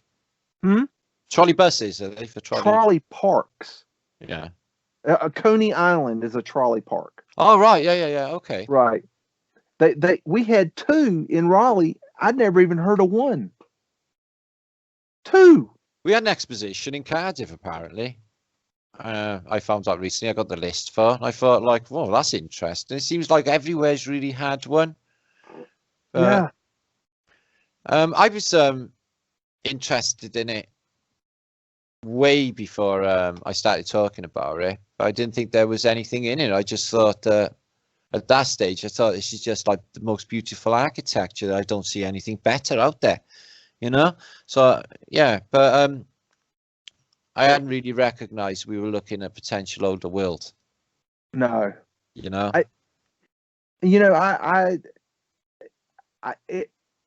looking around, in Raleigh, I never appreciated what was there. It was just old crap, old buildings. I never appreciated it. Not till I found this. Cardiff's brilliant. Cardiff's brilliant where I am. You know, you got history everywhere. You know, castles and. See, we don't have that here. It's not. It's so all old. now. See, that's one thing that's interesting about this theory is that over in say Europe, that it's still there, but in America, I think they hid it. I think they covered it up and destroyed things. Because you look at when you think I know what you're saying. Old world, I think of Europe, but the more I look at this and the deeper I look, the old world was here just as much as it was there. Exactly. It's not here anymore. They have burned so many cities here to the ground. It's unbelievable. Tell me about it. Yeah. And then urban renewal, getting rid of any other massive building that they call urban renewal. That got rid of a lot of the others because you didn't have a war in America to get rid of the architecture in the same way, did you? Right. So you know what brutalism is, right? Well, not really. Style? Okay, again. Brutalism. Let me show you an example of brutalism. I'm gonna screen share. So I hit screen share. Yeah, and then you see the box. Yeah, and just hit the page on the top you want to present. Okay. It'll come up when you click it. Let's see. And then go to your web page, and the web page will show on the screen. Okay, I'm gonna go into my my Raleigh. This is my Raleigh folder. Can you see it, by the way? Not at the moment, no. Okay. All right. What am I showing you? So I hit screen share. Hit the screen share and then bring up the actual screen. You know, just click the back page. You know, on your internet. You know what you want to show, not the Skype. So click. When you get that white box, you'll see the page you want to show. Okay. So click that. And Yeah, here we go. The web page. Okay, it wasn't up there before. Okay. Okay. And then just go to the web page you want to show. You got it. That's it. Yep. Okay. I need to find this build. Here it is. This is what's called the H.J. Brown Firm Coffin House. And it was the place where they built coffins in downtown Raleigh. And later it was a bank. But what's interesting about it is this is a picture of it originally. This is one of the early photographs of it. Is that showing? Yeah, I can see it. Yeah. Okay. Is it a black screen? Well, you clicked the image to come up, did you? Okay, I'm trying to make it bigger.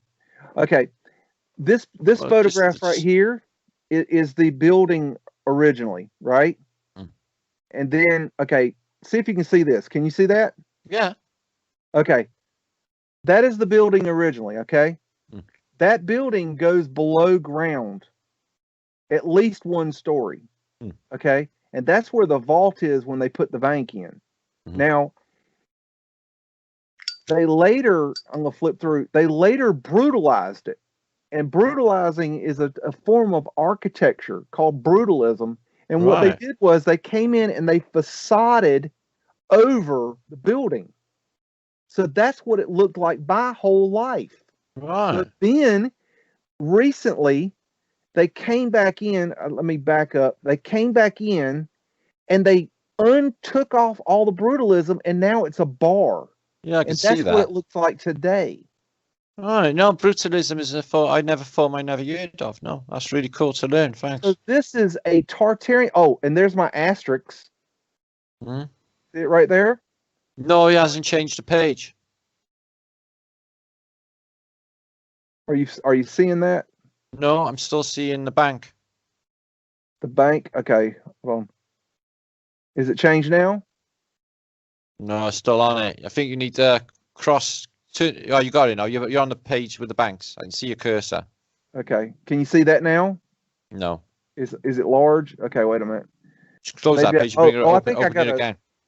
I think I got to switch. Oh, I got to switch screens. Yeah. Okay. I got it. I'm learning. You got it, baby. You got it, baby. Yeah. So is that now. it? Yeah, you man. see it now? Yeah. Okay. Is it getting bigger? Bigger. Okay. See the asterisks? Yes. Okay. That's what I'm finding everywhere. It's called the Four Angels. Have a look at the Union Jack flag of Britain. Yes. It's exactly Union the same. Jack, yes. Yeah. It's the Four Angels. Yep. That's what it is. This is, and there's, let me, okay. And that's what it looked like my whole life. I passed by that building probably 4,000, 5,000 times and never once ever even thought twice about it. You wouldn't. It's ugly. Why would you? And this is what was underneath. That is the original building. Sickening, isn't it? This is how they are hiding it. And they all the Phoenician stuff, yeah. They've done this all over Raleigh. I found many buildings like this. And now they're starting to uncover these things. How about that? Yeah, that's pretty cool. Pretty cool. So just Raleigh is an amazing city. I mean, it's okay. Yeah. You got the original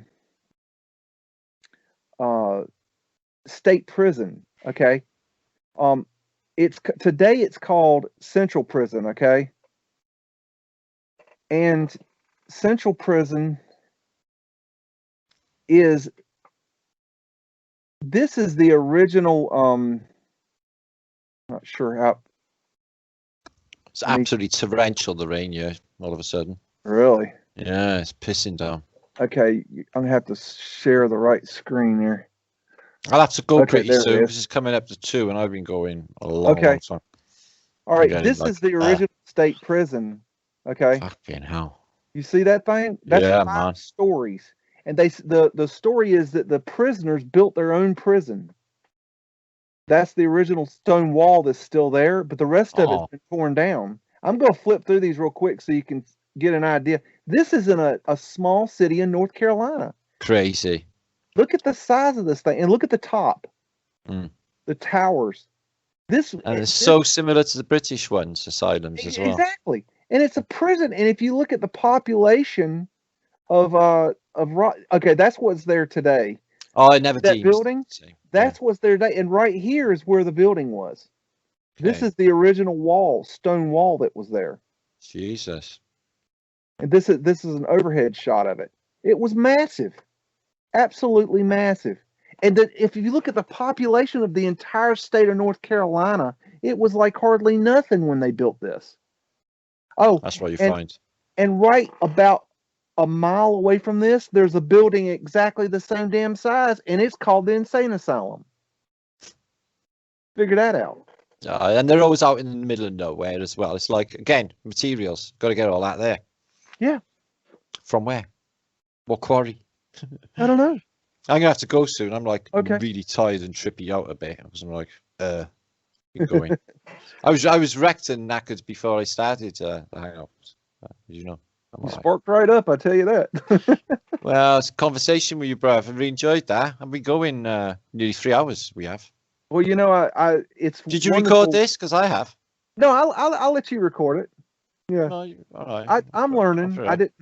I didn't know how to do that, and.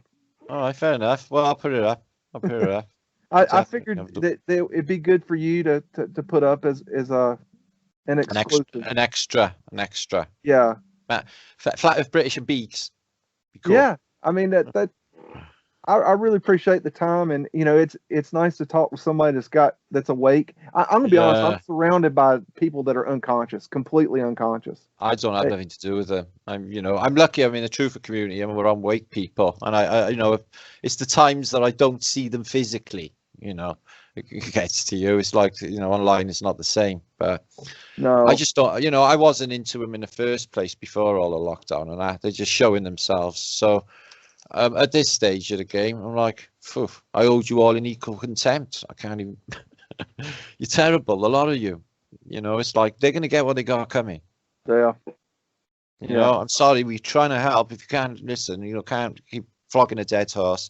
It's the movie The Matrix is in the movie. That movie is very important. I think people really should go back and look at that.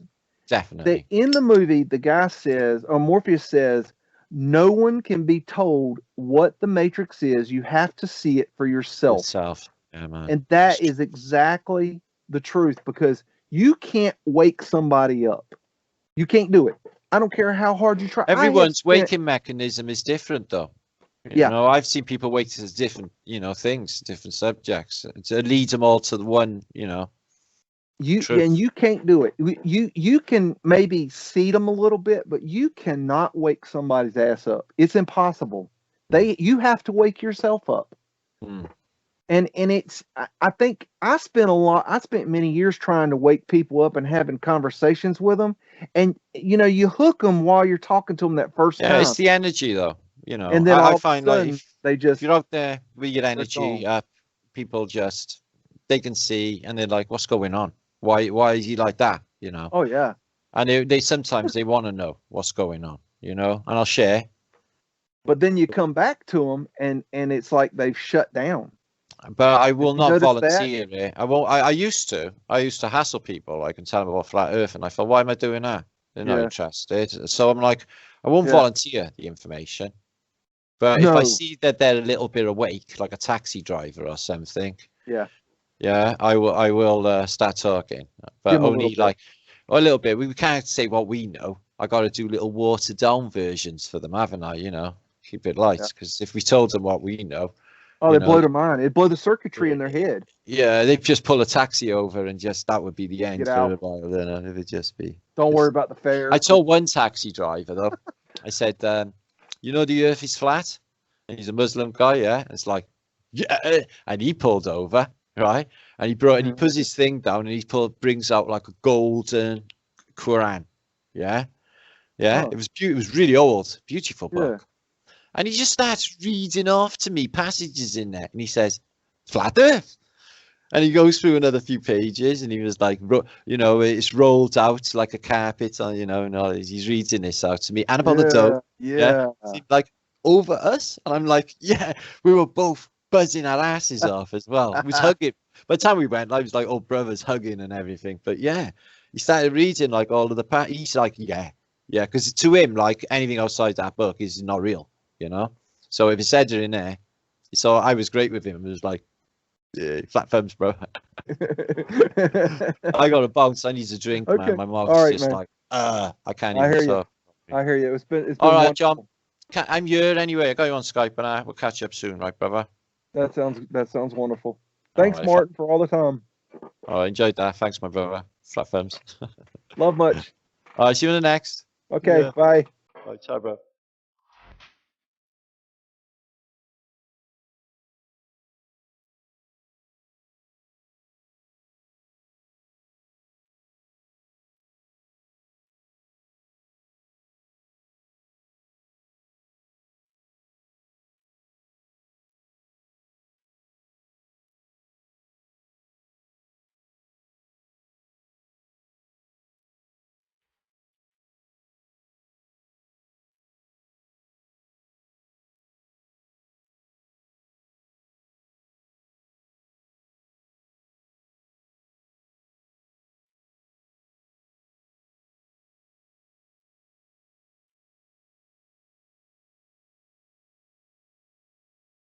Say woof again! Say woof again! I've got one that can see.